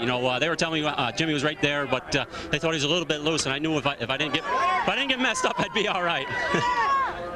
Boy, this has got to be a great moment for the entire Tremont family. I know you guys have been working for this for a long time. This is probably my single biggest win, really, and I don't mind this at all. But I got to thank my crew stop, and what a great bunch of guys. To paraphrase a song by the rock band Oasis, I think there's a champagne supernova happening down here in Victory Lane, Doug, and its name is Kenny Tremont. All right. Heartiest congratulations to Kenny Tremont and family. Yeah, I mentioned earlier that he had 5 kids. That's a mistake. He only has 4. I was counting as one of mine, I guess. That was his wife, Kathy, that you saw there in the screen earlier. There's a Kenny Jr., a Cale, a Mason, and Ryan. They're all down there celebrating with his family affair. His mother's involved. His father, the crew chief. He's got a couple other guys that work on the car with him as well. But it's an all-home deal, and so very, very important in racing, grassroots racing. You can come up against the big buck guys and shut them down. Of course, the home track advantage little bit going in his favor here as well. Well, he really appeared, Gary, to be hooked up tonight. Back live, Mr. Dirt Track USA, Lebanon Valley Speedway, West Lebanon, New York. Doug Logan along with Gary Montgomery. Production assistance has been provided by Rupp Rental for over 6 circle or right next to it with the second place finisher, Jimmy Horton. Paul? The Duchess 87, Jimmy Horton aboard a hard-fought second-place finish tonight, Jimmy. That opening lap, you hit the wall. Did it do any damage to the car? Yeah, we bent the rear suspension up a little bit. You know, I didn't know how bad it was bent, but I knew it was bent because it wasn't the same car running hot laps. You know, we had to adjust our lanes a little bit and struggle. We dropped back there, and then we got a good break with a couple cars wrecking, and got back to second and just had to hang on. Did you have anything for Kenny at the end of this one? No, at the end we were pretty much done. The suspension that was bent finally broke there the last lap getting down into 1. If it was probably 1 or 2 more laps, we would probably ended up 4th or 5th. All right, it was a hard-fought battle for Jimmy Horton, but he comes home second place in Mr. Dirt Track USA tonight, Doug. Let's take a look at the unofficial results then. Number 1, winning it, Kenny Tremont, Mr. Dirt Track USA. Jimmy Horton finishes second. Doug Hoffman was third. Danny Johnson, an outstanding run we talked about earlier, comes home in 4. Jeff Hetzler and Bud Chrisman starting outside the front row, doing a great job, coming home in 6th. Then 7th, Frank Cozy, followed by Steve Payne, Guy Sheldon, Jack Cottrell, Chris Moore, and Donnie Corellis, and all those 12 on the lead lap. A former champion of this race, Rich Rickey Jr., comes home in 13. Bobby Viren, you saw that crippled car. He was in an altercation late in the race to finish 14th. Timmy Fuller rounding out the top 18. All right, let's go back down to Paul Small. He's with a 3rd place finisher, Doug Hoffman. For Dirt Series screams into Cayuga County Fair Speedway in Weedsport, New York. Mr. Dirt Track USA is Kenny Tremont. For Gary Montgomery, Paul Small, and the entire Rush Hour and Dirt crew, this is Doug Logan saying thank you for joining us, and so long for now.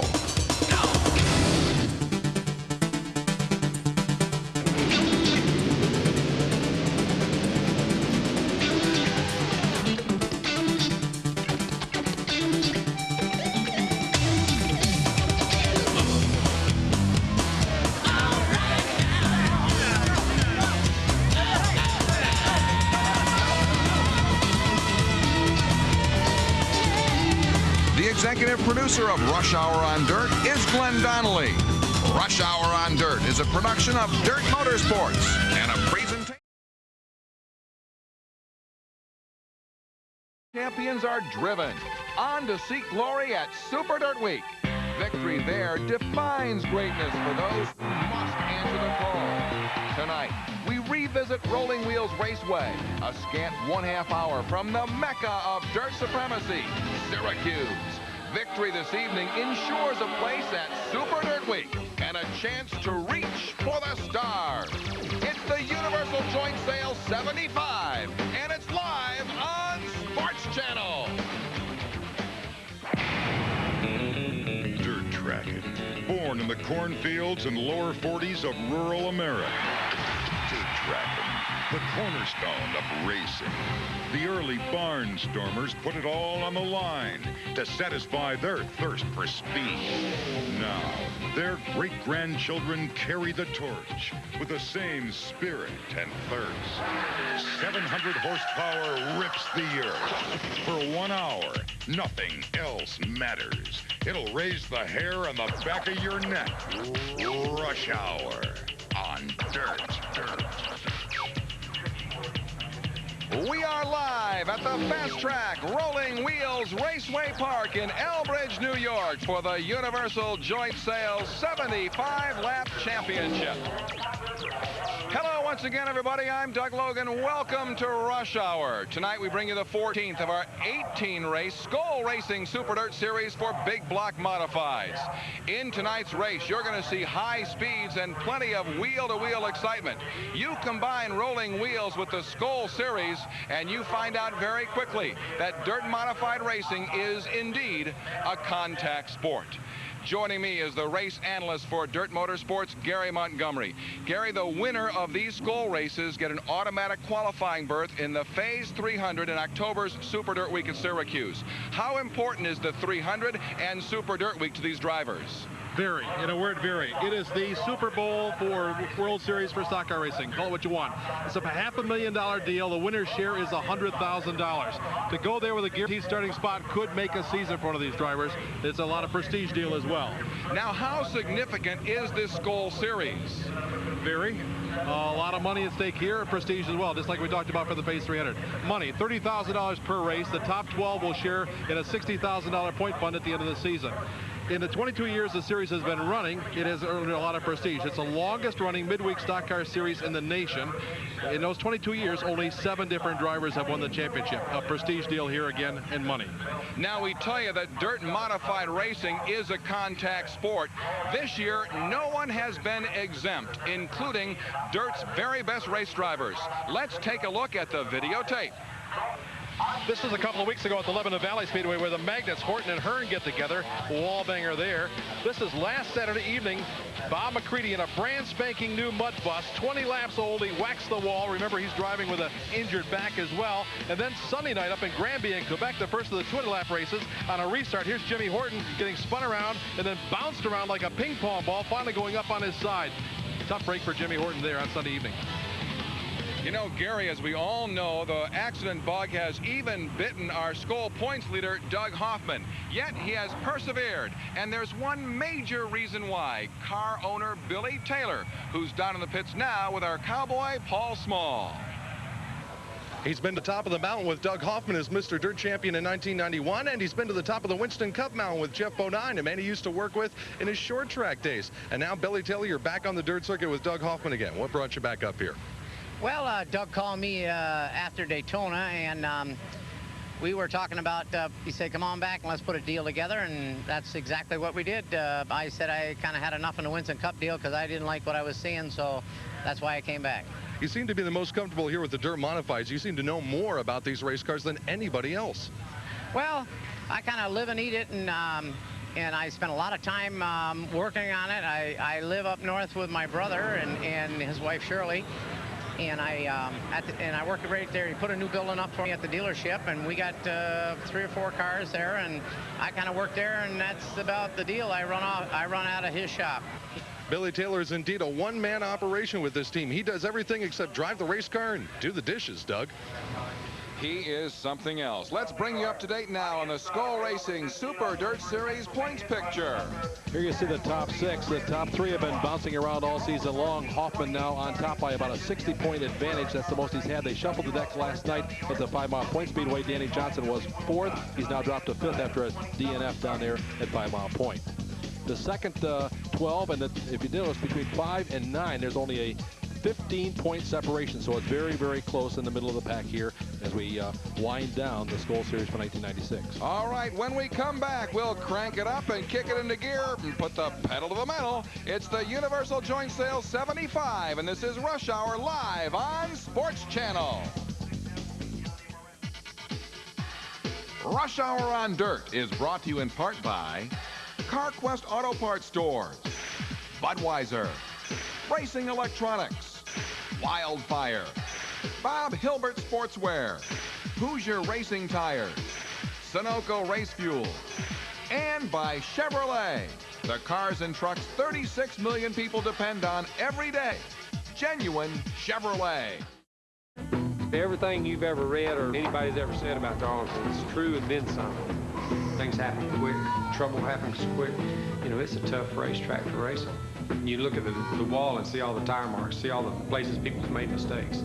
You have to drive it to understand how tough it is and what they mean when they say too tough to tame. Busch Beer is proud to bring you the great tracks in NASCAR, now featuring the Darlington Raceway. You're on the edge all the time here. I mean on the edge.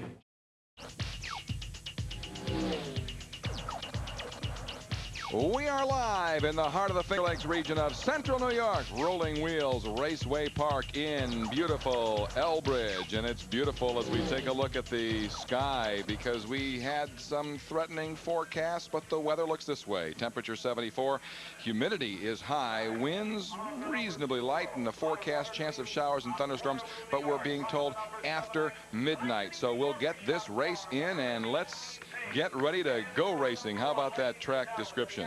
Well, this is another of our paper clip tracks, long straightaways and short turns. It's 5/8 of a mile. The straightaways are 750 feet long, 9 degrees of banking in the corner. Turn 4 is a problem. It's narrow. There's a wall on the inside and the outside. That's a tough place here at Rolling Wheels. As for the track condition, let's go down to the track in Cowboy Paul Small. Doug, what if they held a race and had two different racetracks to run it on? That's what we're dealing with here tonight at Rolling Wheels. The turns here tonight are excessively dry on the inside with a huge tire-eating cushion on the outside. But the straightaways are a completely different story. Look at how tacky and soft these straightaways are. It's enough to practically pull your shoes off. We're talking major league bite, at least on the straightaways here tonight. And one guy who's always been a master of the Rolling Wheels Raceway is Barefoot Bob McCritty. Bob, of course, recovering from that crash that he had with a brand new car last Saturday night at Canandaigua.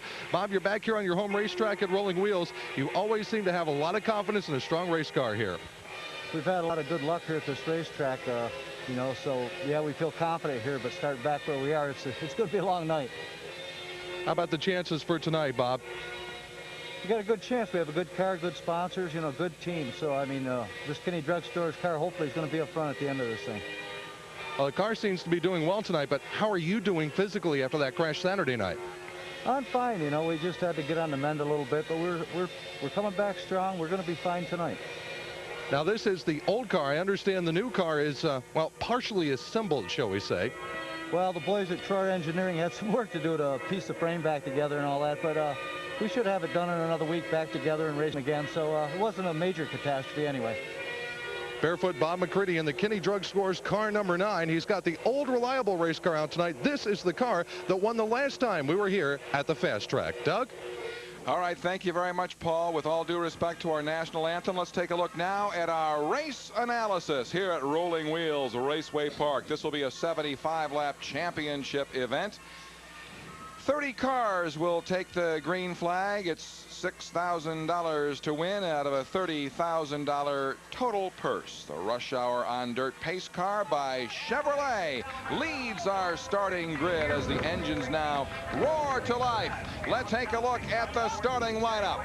We will begin on the pole with the 14J of Alan Johnson out of Phelps, New York. The top 4 finishers in tonight's 4 heats drew for their starting positions, and Johnson drew the pole. Outside row 1, the 91 of Billy Decker.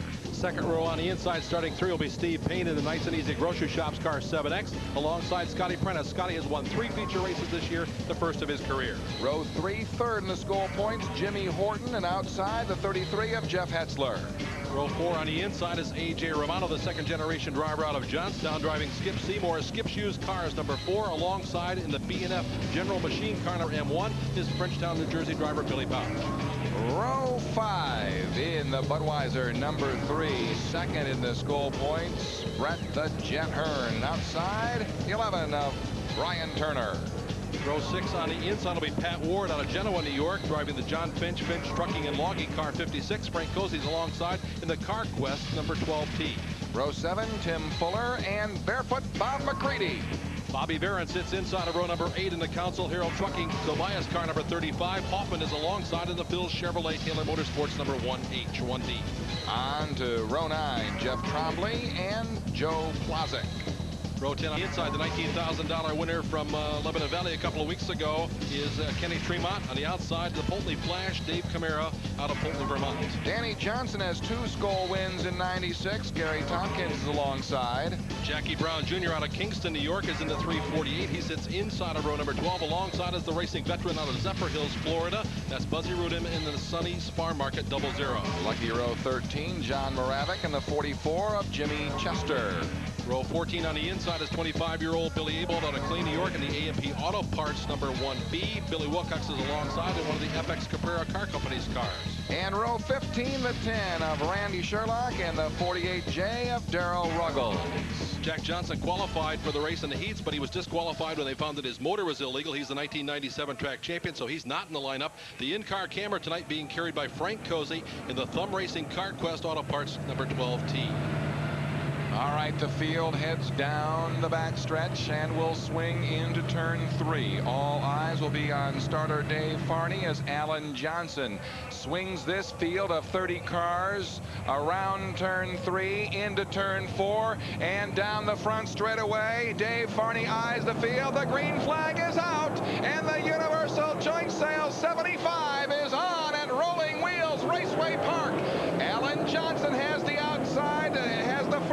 caution. Inside groove. Outside is Billy Decker in the 91. They go down the backstretch neck and neck, and they charge off into turn 3. Decker goes in a little deeper, goes in a little harder. He'll come up with the number 1 spot as they negotiate turn 4 and come to line. Decker leads lap number 1 in the Adam Ross Hutstone car number 91. Oh, he really hung on with an outside groove, and now Alan Johnson dips down low in 1 and 2. Does he have the bite? No. Decker maintains the lead, but now only by about half a car length. You talk about the bite. Well, there you see the wheels being lifted right off the ground as they put the pedal to the metal. Then 800 horsepower produces a wheel stander, and it is the number 91 of Decker leading. We've got caution on the speedway. A car is spun over on the back straightaway, and I believe that's A.J. Romano in Skip's car's number 4. That is right. A.J. Romano spins in turn number 2. He fires it up and will fall in at the back of the pack. We are 2 laps in. Our heat winners, Bobby Varon, Billy Decker, Tim Fuller, and Bob McCready. The consolation winners tonight, Dave Camara and Danny Johnson. What a duel at the front over the first 2 laps. Unbelievable. And Paul Small talked about the track condition, how tacky it was. Well, you're seeing it, an inside groove and an outside groove. I hope this lasts all the 75 laps, Doug. This could be a great, great race. The Adam Ross car, the number 91, they have lost their primary engine. Their big engine that they run at Lebanon Valley in the big tracks is broken. They're using a backup engine. It's not supposed to have a whole lot of horsepower. This is a horsepower track when they try to make the traction with this very tacky clay. So I'm a little bit surprised that he's able to pull off the pass and the lead, and it was a great, great start for Billy Decker. Well, we see a Decker is currently 4th in the point standings, and he's looking for his first win on the school tour in '96. The 35, that was Bobby Varon, the driver out of Sharon Springs, New York, and the Council Harrell, or Clinton Harrell, number 35. He's making a pit stop here on this caution. All right, we are at Rolling Wheels Raceway Park. This is the Universal Joint 75, and we'll be back with more. You are watching Rush Hour live on Sports Channel. Rush Hour on Dirt.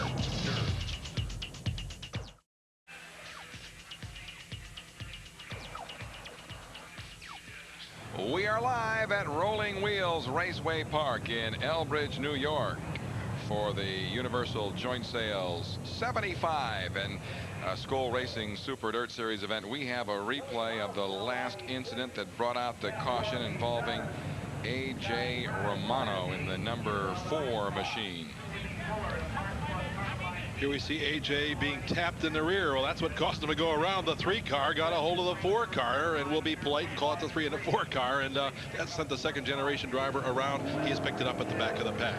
Brett Hearn nearly gathered into the incident there in turn 3. All right, the green flag flies once again. We are back underway again. Decker goes high. Alan Johnson down low. Billy Decker is across the start-finish line first. He leads our event as again in turns 1 and 2. Alan Johnson stays low.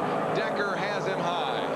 Well, it all depends on where you score the race, and of course it's only at the start-finish line, but they swap the lead back and forth a number of times all the way around this 5/8 mile track. Jimmy Horton has moved up to the number 3 spot. Payne runs in 4. Back in 5 is Billy Pouch as a complete lap number 8. Continue to run side by side through the corner. Allen has now changed lanes. He's going to go to the top of the racetrack for a while. He'll fall back, is now go to the bottom in turn number 3 and 4. You can see it's a lot longer around the outside, but that's where you keep up the momentum. There's a little contact as they leave turn 4, cross the line side by side, but the nod has to go to the 91 of Billy Decker, Franklin, New York driver, the Quality Hardwoods Adam Ross car. Both of these drivers have experienced a great deal of success here at Rolling Wheels. Decker, 4 career wins here, including a 1988 Wheels 200 victory. Alan Johnson has 2 wins here this season to go along with his 261 other feature dirt modified victories. Doug, these guys are really tearing it up, and there is that inside-outside lane we've been talking about, and now it looks like Alan Johnson's going to try the top for a while. Jimmy Horton slows on the back straightaway. The Duchess Overhead Doors car, Jimmy Horton, winner of our opening race at Fonda, is slowed on the back straightaway. That'll bring out the caution flag. Tough break for Jimmy Horton, currently 3rd in the point standings, but it's a flat tire or perhaps mud in the wheel. Now, that's very heavy. You can hear the radio communication there, but possibly it is mud that's caught in the wheel and throws things things out of balance, but no, it is a flat tire. So the flat right rear tire, or at least it's going flat on the Horton car, is going to cause him to make a pit stop. But you heard his crew chief, Charlie DeAngelis, tell him to wait a while until they slowed the field down so he didn't lose any ground in the You got to get all the way up to the car, up to the pace car.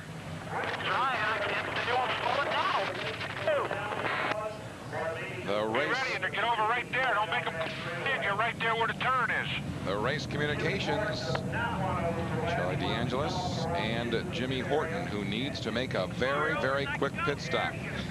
Makes a good stop. He makes contact with the Sherlock car as they. All right, go ahead. Go right. Shoot right in there. They're going to try to get him out. Oh boy, this is a problem for them. They're waiting for him in the pits, and he can't clear the car in the back of the pack. Jimmy Horton has dropped out of the last 2 races. He dropped out last night down at the 5 Mile Point Speedway, and he's had a couple of bad incidents here in the last couple of weeks. We actually had a situation where Jimmy was blocked from being able to get up to the pace car to report into the pits. Yeah, that's right. You can pass under caution up to the pace car, and that's what he was trying to do. That's what Charlie was trying to direct him to do. And there you see the action in the pits, and they're trying to get the car up in the air to get the jack under it, first of all, and replace the tire and wheel. He overshot the pit just a bit. Let's go down to the pits and Cowboy Paul Small. The Duchess 87 and Jimmy Horton coming in for a tire stop. And Gary, you're absolutely correct. With that right rear tire down, the car is so low in the back end that they physically cannot get the jack under the car. Jimmy just stalling the car now, is backing up into his pit stall. So we're going to get out of the way here. As he backs up a couple of feet, I tell you, this is definitely not what Charlie DeAngelis and the Duchess Dream Team were hoping for tonight. Now the right rear tire that they had wanted to put on the race car has rolled back about 15 feet behind the car, and this tire is absolutely destroyed. You get a close look at it here. There is nothing left of that Hoosier Racing tire. The right rear going on now. It's a little bit of a disorganized stop for the Duchess Dream Team, but they are going to get Jimmy Horton back onto this racetrack. Doug? Well, he has already lost a lap. This field has already gone around the track once. We are 13 laps into our 75-lap championship event. And there you heard that there's no mud cover. That's the foam that you just saw. You discussed it through, remember, throwaways. They're telling them to stay out of the cushion. That foam insert is to keep the mud out. Oh, boy, they are very, very disappointed. Some progress here in the race. Billy Pouch is third. He came from the 8th spot. And Danny Johnson, you'll remember him from 32nd, I think it was, to 4th at Lebanon Valley a couple of weeks ago. He is to 8th from 21st. So Danny Johnson, out of the consolation, is on a tear here in the early going. Man, this track has been very, very, very friendly to Danny Johnson as well. I don't think it's going to be friendly to anybody tonight. That cushion is a killer. It is really going to build up here in a hurry. You can see it is there already, but they'll continue to throw the clay from the bottom to the top. It'll be knee-high to a bumper jack, as they say. And that can actually cause a tire to be ripped from the rim. They catch it, and it'll just tear the wheel tire right off the rim. And there we go. Down on the bottom is Decker trying to come back to the top. It won't work as they come to the line. Alan Johnson leads. Here comes Payne. He'll take over the number 2 spot. Decker falls to 3. Billy Pouch runs in 4. Jeff Hetzler is in 5. Bob McCready rides 6. Down the back straightaway, the battle is for the number 2 spot. Decker on the bottom, and Steve Payne up on top. Into turn 3, turn 4. There's Bob McCready in the number 9. Doug Hoffman in the number 1, further back in the pack, but trying to make a move as well. Here's McCready going up on the top now. He's racing with Pat Ward in the 56, and Danny is right tight behind him. There you saw a shot of Billy Pouch trying to take over the number 3 spot from Billy Decker. Pouch working the bottom of the racetrack, and here we see McCready again. The mud flying. Oh, that berm is beautiful, but it's also brutal. Here is McCready trying to run down Jeff Hetzler as they come to the line. McCready is in 6th. Hetzler in 5th. Now McCready loves to run the outside berm, doesn't he? He loves to run it, but the secret is getting up to it, not over it, and not into it, as we've said so many times now, to tear that tire off. So McCready is going up to the top of the racetrack and trying to run down Hetzler. We've got caution on the speedway. There's Kenny Tremont, the winner from Lebanon Valley 2 weeks ago. He is apparently has, well, I'm not sure, but I would guess it's a tire problem. Maybe just mud. No, well, yes. That is Mr. Dirt Track USA you're looking at right there. Kenny Tremont out of West Sand Lake, New York. And a couple of weeks ago at Lebanon Valley, wasn't that a sensational story on dirt? It certainly was. The Tremont family so very, very faithful to that racetrack, and they had never won that particular race despite all the championships. But it's more, going back to Tremont now, that's more than tire or mud because there was something broken in the suspension. You saw the sparks flying. The rear end had shifted. W-link probably broke. Again, that's a problem with this berm we're talking about. They bounce up against it, and it can tear up the suspension as well as the tires. And I believe that's what's happened to Kenny Tremont in the Fane Concrete car number 115. Meanwhile, how about the Hurricane, Steve Payne, who started inside the second row? A nice and easy Bicknell, 35 years of age. Steve Payne making a very strong bid here on the heels of Alan Johnson. He certainly is. Those are two Bicknell cars running in the top spots. Pete Bicknell out of St. Catharines, Ontario, the chassis constructor. He's a racer as well. He used to just race, and he decided he could build a car for himself. It worked, and he's made it for a lot of people now. Alan Johnson, his car is owned by Bill Trout, sponsored by Honeywell Auto Parts. Brand new car that they pieced together here. Brand new, I shouldn't say brand new 1996 car, but it's been pieced together after a couple of wrecks the last couple of weeks. They weren't expecting great things from that, but it was a tiger in the heat, so I expected a lot from it, but they said no, they were having problems. Let's go back to the M1, the black machine of Billy Pouch, 39 years of age. He's racing with a broken bone in his right hand, but I tell you, this guy is fast no matter what machine he's in. Fast and tough. He owns the world record on the Moody Mile Syracuse for both a sprint car and a modified. He's owned that for a couple of years. He broke his hand on a Saturday night at Flemington Fair Speedway, came back and won the following Friday in a sprint car at Williams Grove. He only missed one race despite the fact that the doctors had told him he'd be out for up to 6 months. So he is a tough customer. He's a fast customer. He's down on the bottom in that black car number M1. He runs in position number 4. Back underway, AJ Slideways in the 14. Alan Johnson has the lead, and instantaneously the yellow is out and Buzzy Rudeman is involved. There is, Buzzy Rudeman is involved. The 19 of Billy Wilcox is involved. The 4 of AJ Romano was involved. And this on a restart, they got a little too anxious, bouncing around. There's the Wilcox in the FX Superior car, the 00 of Buzzy Rudeman. And again, the other car that was involved in the incident, one of the other cars was the 348 of Jackie Brown. It would appear that everybody will be able to continue with the possible exception of Rudeman, but we'll see what happens to Buzzy. A racing veteran out of Zephyr Hills, Florida. He won the first 2 Phase 300s, Doug, back in 1972 and 1973. They were only 100 lappers then, but nevertheless, Buzzy won them. And there's a look at the 00 of Buzzy Rudeman, and he, at least for now, is staying on the track. And I believe we have a shot of the mishap on the restart back in the pack. And look at this. We're talking about 5 wide coming out of turn 4. Something has got to give. Well, the something that gave was this red car in the back of the pack. That would be Camara, Dave Camara, the number 26 that bounced off the wall. We talked about turn 4 being a problem at the top of the show. It's narrower than any other place on the racetrack. There's a wall on the outside and on the inside, and Camara apparently caught the wall on the inside and threw his car to the outside, and he collected several others in the process. So the Chevrolet pace car is back out on the track. We are 23 laps into our 75 lapper. We are live from Rolling Wheels Raceway Park, and we are live on Sports Channel. Rush Hour on Dirt. Universal Joint Sales is truly the total drivetrain professionals. Back to green at Rolling Wheels, and back to the lead, Alan Johnson, and another mishap on the front stretch, and there are a number of cars involved. Oh, Doug, this is a real messy one. Hoffman is involved. Gary Tompkins is involved. Joe Plazik, Johnny Moravik, the Council Hero car, Bobby Varon, Jimmy Chester, a whole host of cars. There's the 19 of Fuller, the 21J of Jeff Tromley, a wild crash, and again, this coming after a restart. Billy Pouch, I think, may have instigated that deal, and he's involved as you see him pulling away here. He got sideways coming out of turn number 4, and they all jammed up behind him. Fortunately, most of the cars are pulling away. There you see Joe Plazik pulling away in the Plazik Auto Recyclers. Maple Leaf Special car number 1, McCready moving by on the inside. That's just, they were not involved. They're going by on the inside as the car is coming out of the accident. Let's take a look at the replay of that incident again coming out of turn 4 on the restart. And there's the sideways car of Billy Pouch, and then the chain reaction. Danny Johnson in the white number 6 getting into the Pat Ward car, and then with no place to go, the rest of the field comes charging down. There's Hearn taking evasive action, going way down on the bottom of the racetrack.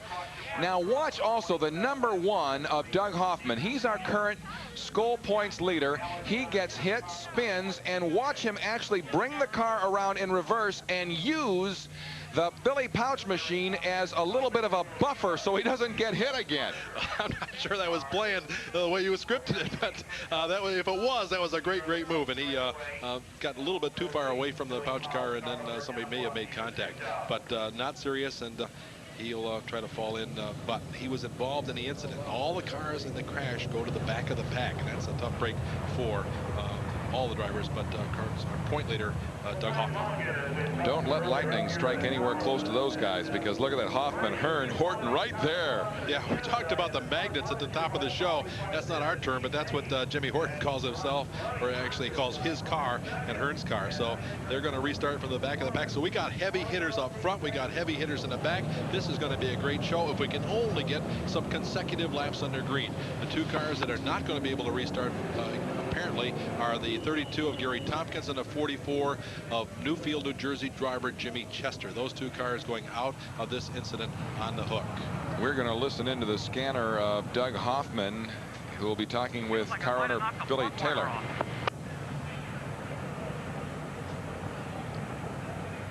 Go back and get the flashlight. Go back and get the flashlight, Rick. That's Billy Taylor. Bring us the flashlight, quick. Crew member to get the flashlight. Hurry up, get us the flashlight, somebody. Hurry up.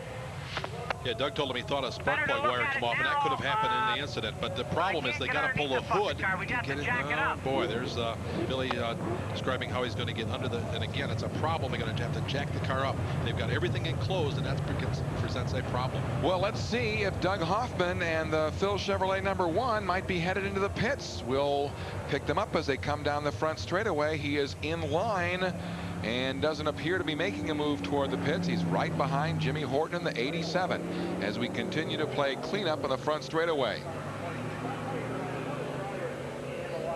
Well, the top 3 have survived the incident. Actually, the first 2, and then the 4th place car was the 91 of Decker. He survived the incident. He'll restart from 3. Bob McCready survived as well. He'll restart from 4 as we get the track cleaned up. And they're going to have to pick up the Jimmy Chester car. They're going to have to cradle it off as there's damage to both the front and the rear. So there's putting a pipe through the car. They'll pick it up all 4 wheels off the ground. We have a replay of the incident from our in-car camera, our CarQuest Auto Parts in-car camera. And let's see what we pick up from the car of Frank Cozy. Look at the bump. We mentioned it was a contact sport. Look at the bumping and grinding, and he has to just slam on the brakes, then weave through traffic. What a job by Frank Cozy. That was a good shot, and we talked about contact sport. We had no idea it was going to be this much of a contact event here this evening. But Cozy doing a great job getting through traffic. Now, Doug, getting on the brakes is very important and avoids contact with the front of the car, but you got to hope that the guy behind you is equally smart and gets on the brakes as well. Now, the race safe system has come on, so there you see their yellow light on the dashboard, and the yellow lights on the front of the cars in front, so that's an indication that there's a problem, and he slows down. Frank Cozy and the CarQuest Auto Parts in-car camera here at Rolling Wheels Raceway Park in Elbridge, New York. Next week, on to very familiar grounds for you, Gary Montgomery. My Saturday night race place, and that's the Canandaigua Speedway, the Land of Legends, the Ontario County Fairgrounds, and it'll be a great program there as well. We always have a great racetrack, and we look forward to having all the folks viewing in and watching the action from the Land of Legends. Canandaigua Speedway Auto Trader will be presenting that Soul Racing event there 1 week from tonight. Who has been hot at Canandaigua this year? Bob McCready, Alan Johnson, and Joe Plazik, and they shuffled the deck in points just last Saturday evening when both Alan Johnson, and we showed the clip earlier of Bob McCready being involved in crashes. Joe Plazik came from 3rd to lead in the point contest. So and Gilly Tagg won his first ever feature there earlier this summer. So the hot guys are Alan Johnson, Joe Plazik, and of course Bob McCready. Bob McCready, a 6-time track champion at that track, including the last 4 years in a row. Hopes to repeat again this year, but right now he rests in 3rd in the point standings, but there's only a dozen points that separate the top 3. Now we take a look at the individuals involved in the crash, we can tell you my last count, we have 19 cars in this race, which means that we have lost 11 thus far to attrition. We'll have a recount about the time we restart. We have now one other car coming out of the pits to rejoin the fray. Johnny Moravec brings the water wagon. Johnny out of Penn, New York. He was involved in the incident. It's a family affair. His brothers have made repairs to the water wagon, and they'll have Johnny back at the back of the pack, but he has probably lost a lap, maybe even two.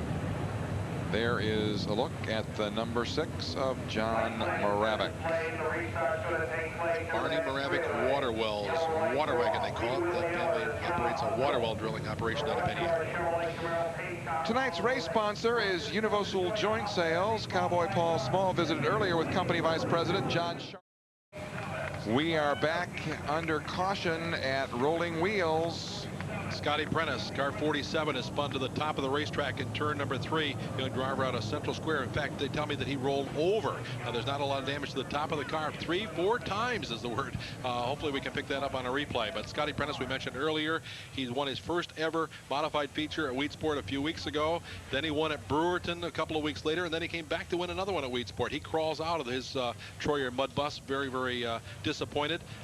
He's obviously all right, but the race car, although it looks to be okay from here, going over 3 or 4 times, and I'm sure it didn't land softly on any of those flips, Doug. So this has been a caution-filled event thus far, our 6th of the evening, and this one involves the 47 of Scott Prentice. 3 dirt victories in '96. 30 years of age, we can call him a very, very accomplished young driver who really seems to be coming into his own. Certainly is. It's a family deal. His father was a racer for a number of years and now is very, very instrumental in the race car program, Vinnie Prentice. They are both involved in road building operations up in their hometown in Central Square, just north of Syracuse. The guy on the move here, Doug, Danny Johnson, started back in 21st. Last time we gave a report, he was up to 7th. Well, I think now when we restart this race, he'll be in 4th place. So Danny coming from he won his consolation, didn't qualify, he had to run the consi. He won that. He started back in position number 21. He is up to the number 4 spot. All right, let's go down to the pits where Paul Small is standing by. Doug, there's a very interesting thing going on here, a little bit of strategy. Billy Taylor has brought down a few tires plus a portable air wrench system right to the edge of the racetrack. The reason? He doesn't want to have the same fate befall him that befell Jimmy Horton earlier in this race. You remember Horton's crew had to go all the way back to their pit area to change tires. We're only about 50 feet off the track surface at this location right here. Billy is right up at the edge of the racetrack communicating with Doug Hoffman. If they have to come in to change tires, they could do it a lot quicker and get out a lot faster, and that could mean staying on the lead lap and staying in the points lead. Doug? That is how you crown a champion. Billy Taylor thinking ahead, and he has this constant and continuous communication with his driver, Doug Hoffman. Let's talk about somebody else who is on the move. Right behind the Payne and the Alan Johnson car, the number 9 of Bob McCready, who started in the 14th position, 7th row outside. He's now running 3rd. We saw him dodge that bullet here just a few laps ago when the Billy Pouch triggered that incident, and as you say, he's moved up to the number 3 spot, driving a car. This is the old reliable car. He had that brand new one out Saturday evening, made 20 laps with it, then extensive damage to the wall. We've talked about that earlier. So old reliable is back, and old reliable is really perking here in this rough racetrack. So the master of going faster, the 45-year-old driver, father of 3, out of Watertown, New York, barefoot Bob. The deal goes back a long time ago when he started racing. The car was so small there wasn't room for shoes, so he went barefoot, and that's where he came up with that handle. We are nearing the midway point of the 75 lap, where we've got 2 cars running very strong up front and 2 cars in row number 2 who are really pressing, putting the metal to the gas right now, and we are back underway at Rolling Wheels. Restart on lap number 37 on to 38, and Alan Johnson has the lead. Bob McCready down low, quite a duel for 3rd place with Danny Johnson. A duel indeed, side by side, rocketing off into turn number 3 at over 100 miles an hour, up to the berm but not over the berm, and Danny will come up with the number 3 spot as they come to the line. So Danny Johnson, 9 grand Dan, has it wound up to 9 grand, 9,000 RPMs. He runs the top of the racetrack where he keeps the revs up. Now McCready is forced to go to the bottom. It's a great duel down the back straightaway. McCready in inside. Danny Johnson on the outside. They're trying to run down Danny's older brother, Alan. He's our race leader. Payne runs in the number 2 spot. So our leader right there, the 14 of Alan Johnson. Then it's Steve Payne, Danny Johnson, and Bob McCready, the top 4. Jeff Hetzler just out of the picture, and the number 33 is in 5th. Hetzler runs in 5. Back in 6 is the 91 of Decker. Running 7 is Horton, and 8 is the 3 of Brett Hearn. Those are the top 8 cars. Well, I believe, though, that Horton is down a lap, maybe even 2. So Danny has opened up a little bit of distance between himself and Bob McCready as they charge off into turns number 1 and 2. Hetzler closing in perhaps on McCready. Danny will now try to run down Payne. There you see Cozy in the Thumb Racing Car Quest number 12T. The yellow flag flies again. Caution on the speedway. Willie Allen brings the Camaro pace car back to the track. And here we'll see a shot from Frank Cozy, the Car Quest in-car camera. I believe he is the reason for our caution. We have debris here on the front straightaway that's bouncing around. It's now gone into the Hoffman car, so that's a hood or something that's off one of the cars here on the front straightaway. We have a car that is stopped in turn 4, and we'll try to get an identification of that machine for you. There it is. That's Jackie Brown, young driver from the Middletown Speedway, and the number 348 that's made contact with the wall or something or other, and maybe it was a piece of red debris that we saw in the speedway. Perhaps it's part of Jackie Brown's car. John Schrader, who has removed the debris, and that debris took a real ride. It was in Doug Hoffman's car for a short while.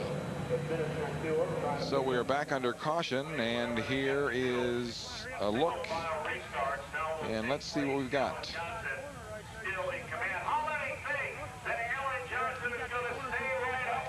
That is debris from Doug Hoffman's car on the front straightaway.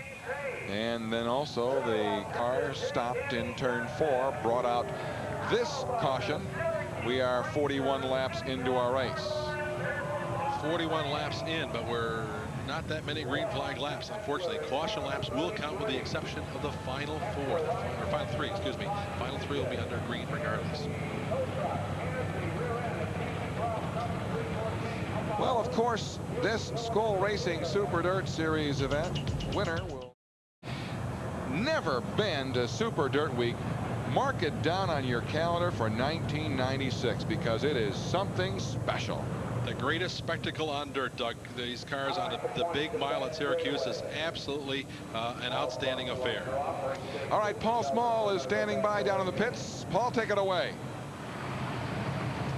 Talking to Mike Hazlett a couple of seconds ago, Barefoot Bob McCready's crew chief. Bob says whoever gets to the top of this racetrack and can stay there will probably win this race tonight. Danny Johnson went up to the outside in the Freightliner number 6, and Bob says if he's stuck down on the bottom, the car's not handling well, he doesn't have enough, he thinks, to get to the front of the field unless this track condition changes again. We're going back to green, Doug.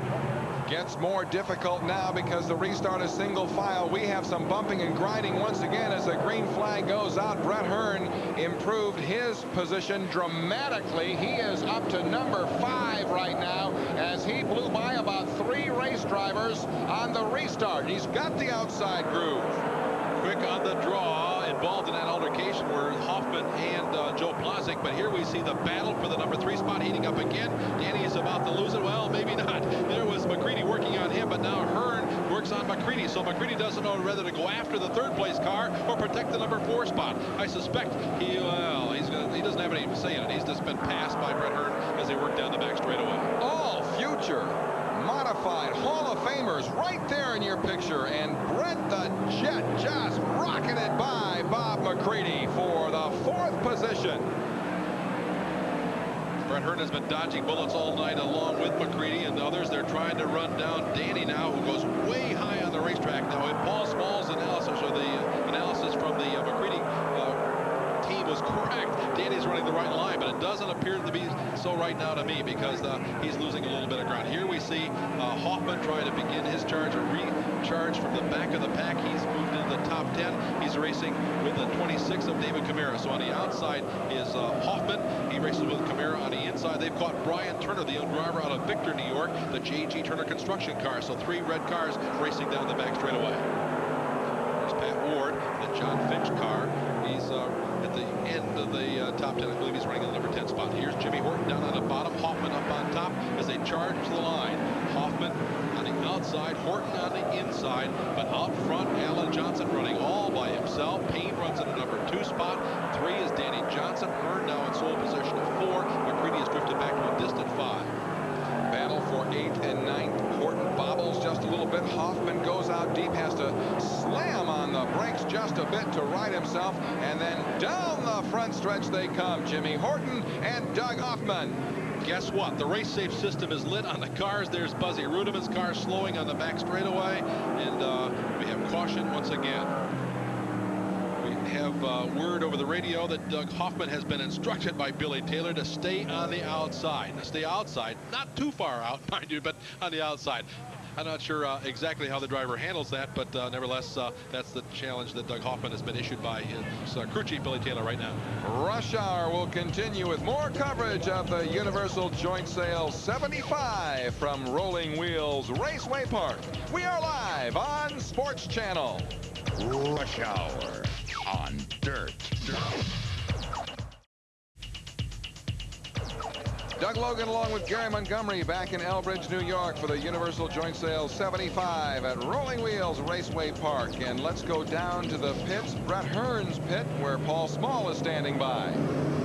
Doug, Brett Hearn had just made a pass on the bottom of the racetrack when the yellow flag came out. He's finding some bite down there. The problem is he was set back 2 spots. Apparently, he made that pass after the yellow came out. His crew chief, Jay Cashmore, not at all pleased with this call, Doug.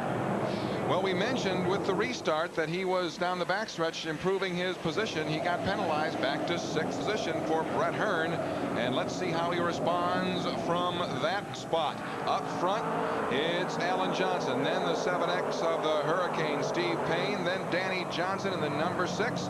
Bob McCready in the 9 machine. Now, McCready talked about going to the, or his crew talked about going to the top of the racetrack. Well, McCready was about as far up as anybody wanted to go, working through 3 and 4. We see him going way up in 1 and 2 again, but it'll cost him some ground as Hetzler charges down on the bottom of the racetrack. That's the battle for 4. Danny Johnson in the white car number 6 runs in 3. McCready is in 4. Hetzler is in 5. They're trying to run down the lead pair, Alan Johnson and Steve Payne. And we have 20 laps to go. 20 laps remaining in our Universal Joint Sales 75 from Rolling Wheels. And Hetzler tries down low on Bob McCready. Can't get him. There's still a lot of bite left in the racetrack. You saw McCready lifting the left front wheel in the air as he negotiated and pulled out of turn number 2, got on the gas and lifted the front of the car right up, and that indicates there's a whole lot of bite left in the track, although it's getting a little dusty down on the bottom of the corners. McCready continues to run that high line where he told us it would work, and Hetzler works the bottom, and there you see Hearn again just showing up on the screen. Hetzler trying to get that 4th spot away from Bob McCready, and he's testing the master of going faster, but unable to do it.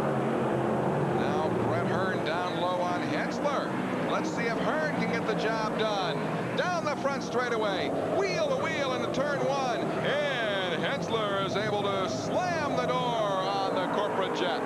Hetzler, who's had a great run all season long, has yet to win one of these Skoal Super Dirt Series races, and he does not have a spot yet at Syracuse, so he wants a great finish. He'd love to win this race for the $6,000 that goes with that, but that guaranteed spot for the Phase 300 as well. So Hetzler has a mission here as he'll try to run down. Now he works on McCready as they work down the back straightaway. Brett Hearn, who is currently 2nd in the points picture here in the Skoal Racing Super Dirt Series with 2 victories under his belt during this series in the Budweiser number 3. Brett finished 2nd last night at 5 Mile Point to Doug Hoffman. He was hoping to regain the Skoal points lead tonight, but it's coming very, very tough for Brett, and Sparks out of the Bob McCready machine. Well, he's really banging it up against that cushion, and that can wear out a car in a hurry. McCready just consistently for the top groove, hammers it up to the berm, and that can bend a lot of parts, tear the tires off, as we talked about earlier. But that's the line he's chosen, so he's going to stick with it. Meanwhile, our race leader is Alan Johnson, a 3-second lead over Steve Payne. Hetzler working the bottom. Both of these cars are from Troyer Race Cars and Parts. Smitty's Reclamation, the owner of the Hetzler car, that's a regular down at the Orange County Fair Speedway. In fact, Hetzler running second in points there. We mentioned that McCready's Saturday night race place is Canandaigua, where he's drifted now back to the number 3 spot. There again, the sparks flying as he went into turn number 3, Doug. And just to give you the accurate top 5, Alan Johnson, Steve Payne, then it's Danny Johnson, Bob McCready, and Jeff Hetzler, as we are 62 laps into our 75-lapper. The only battle going on in the top 10 right now is that battle we were watching for 4. Right there it is, McCready running 4 with Hetzler just about 3 car lengths off his rear bumper as they work through the north end of the speedway and come down the front straightaway. And again, the separation is about 3 car lengths when they cross the line. McCready in the number 9. Jeff Hetzler in the 33. Hetzler has never won a modified race here at Rolling Wheels Raceway Park. He's won a 358 race, but never won a big block race. He's trying to do it right now. And there you saw McCready going up over the berm. We look further back in the pack and we see the Hoffman car continuing to march towards the front, being chased right now by the 56 of Pat Ward. They're coming up on the David Camara car.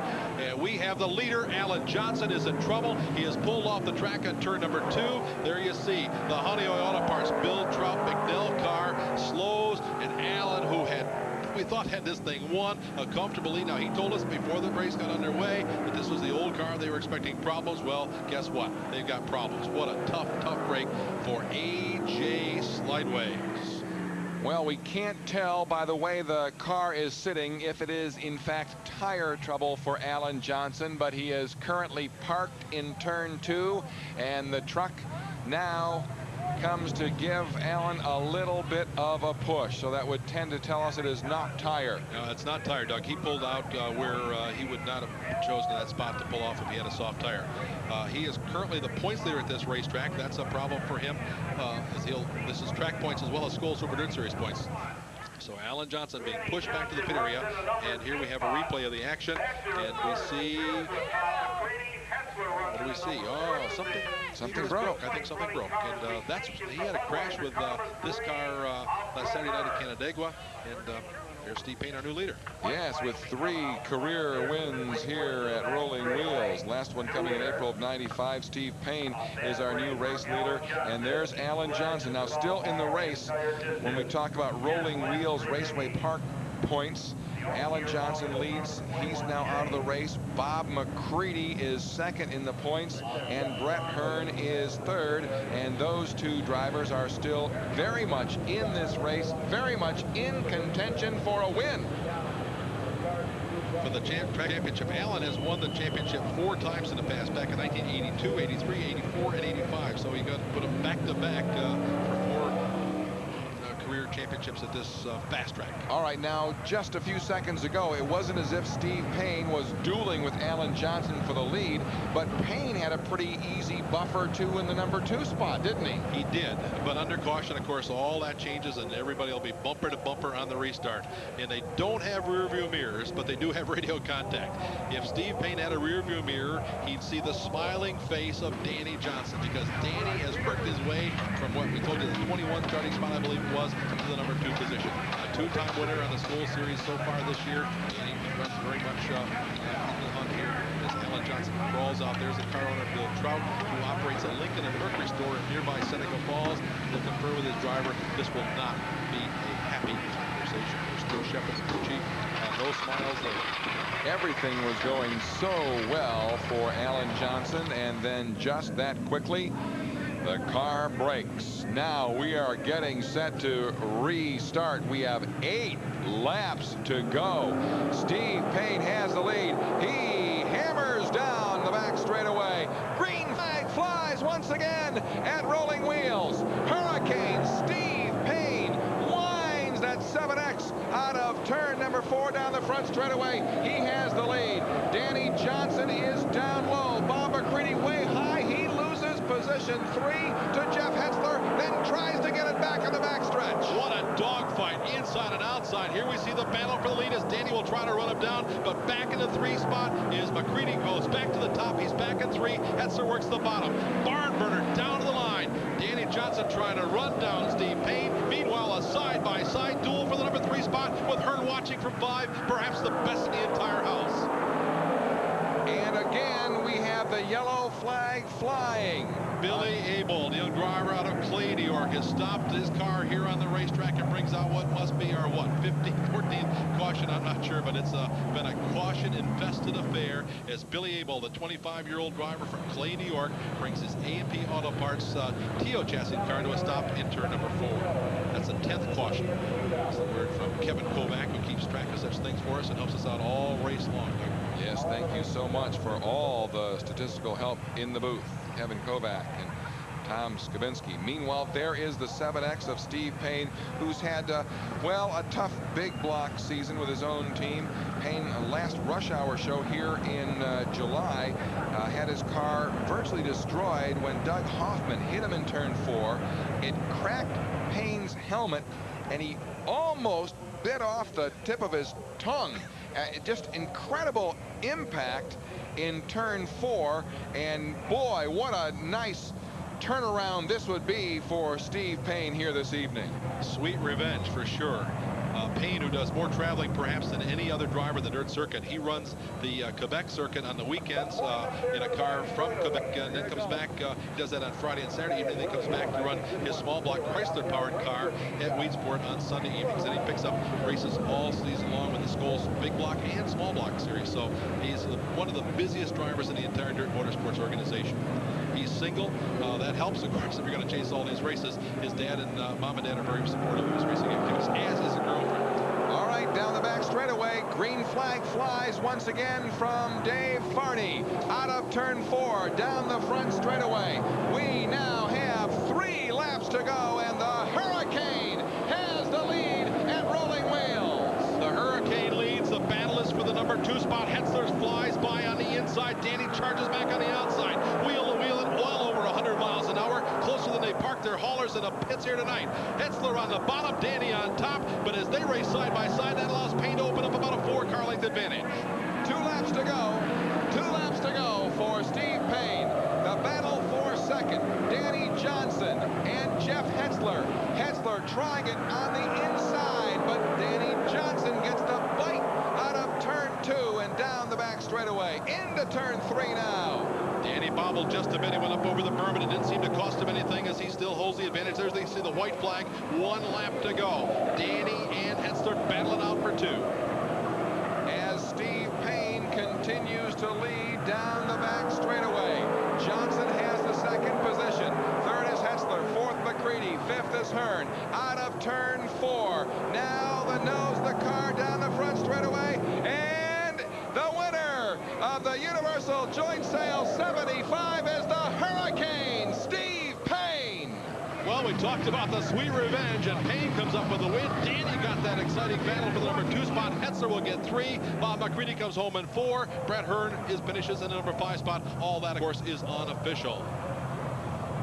Well, 4th career win here at Rolling Wheels Raceway Park for the Hurricane, Steve Payne. The last one coming in April of '95, and he's going to steer that 7X to victory lane here at Rolling Wheels.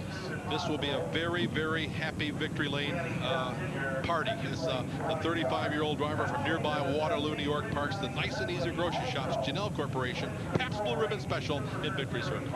And down the stretch.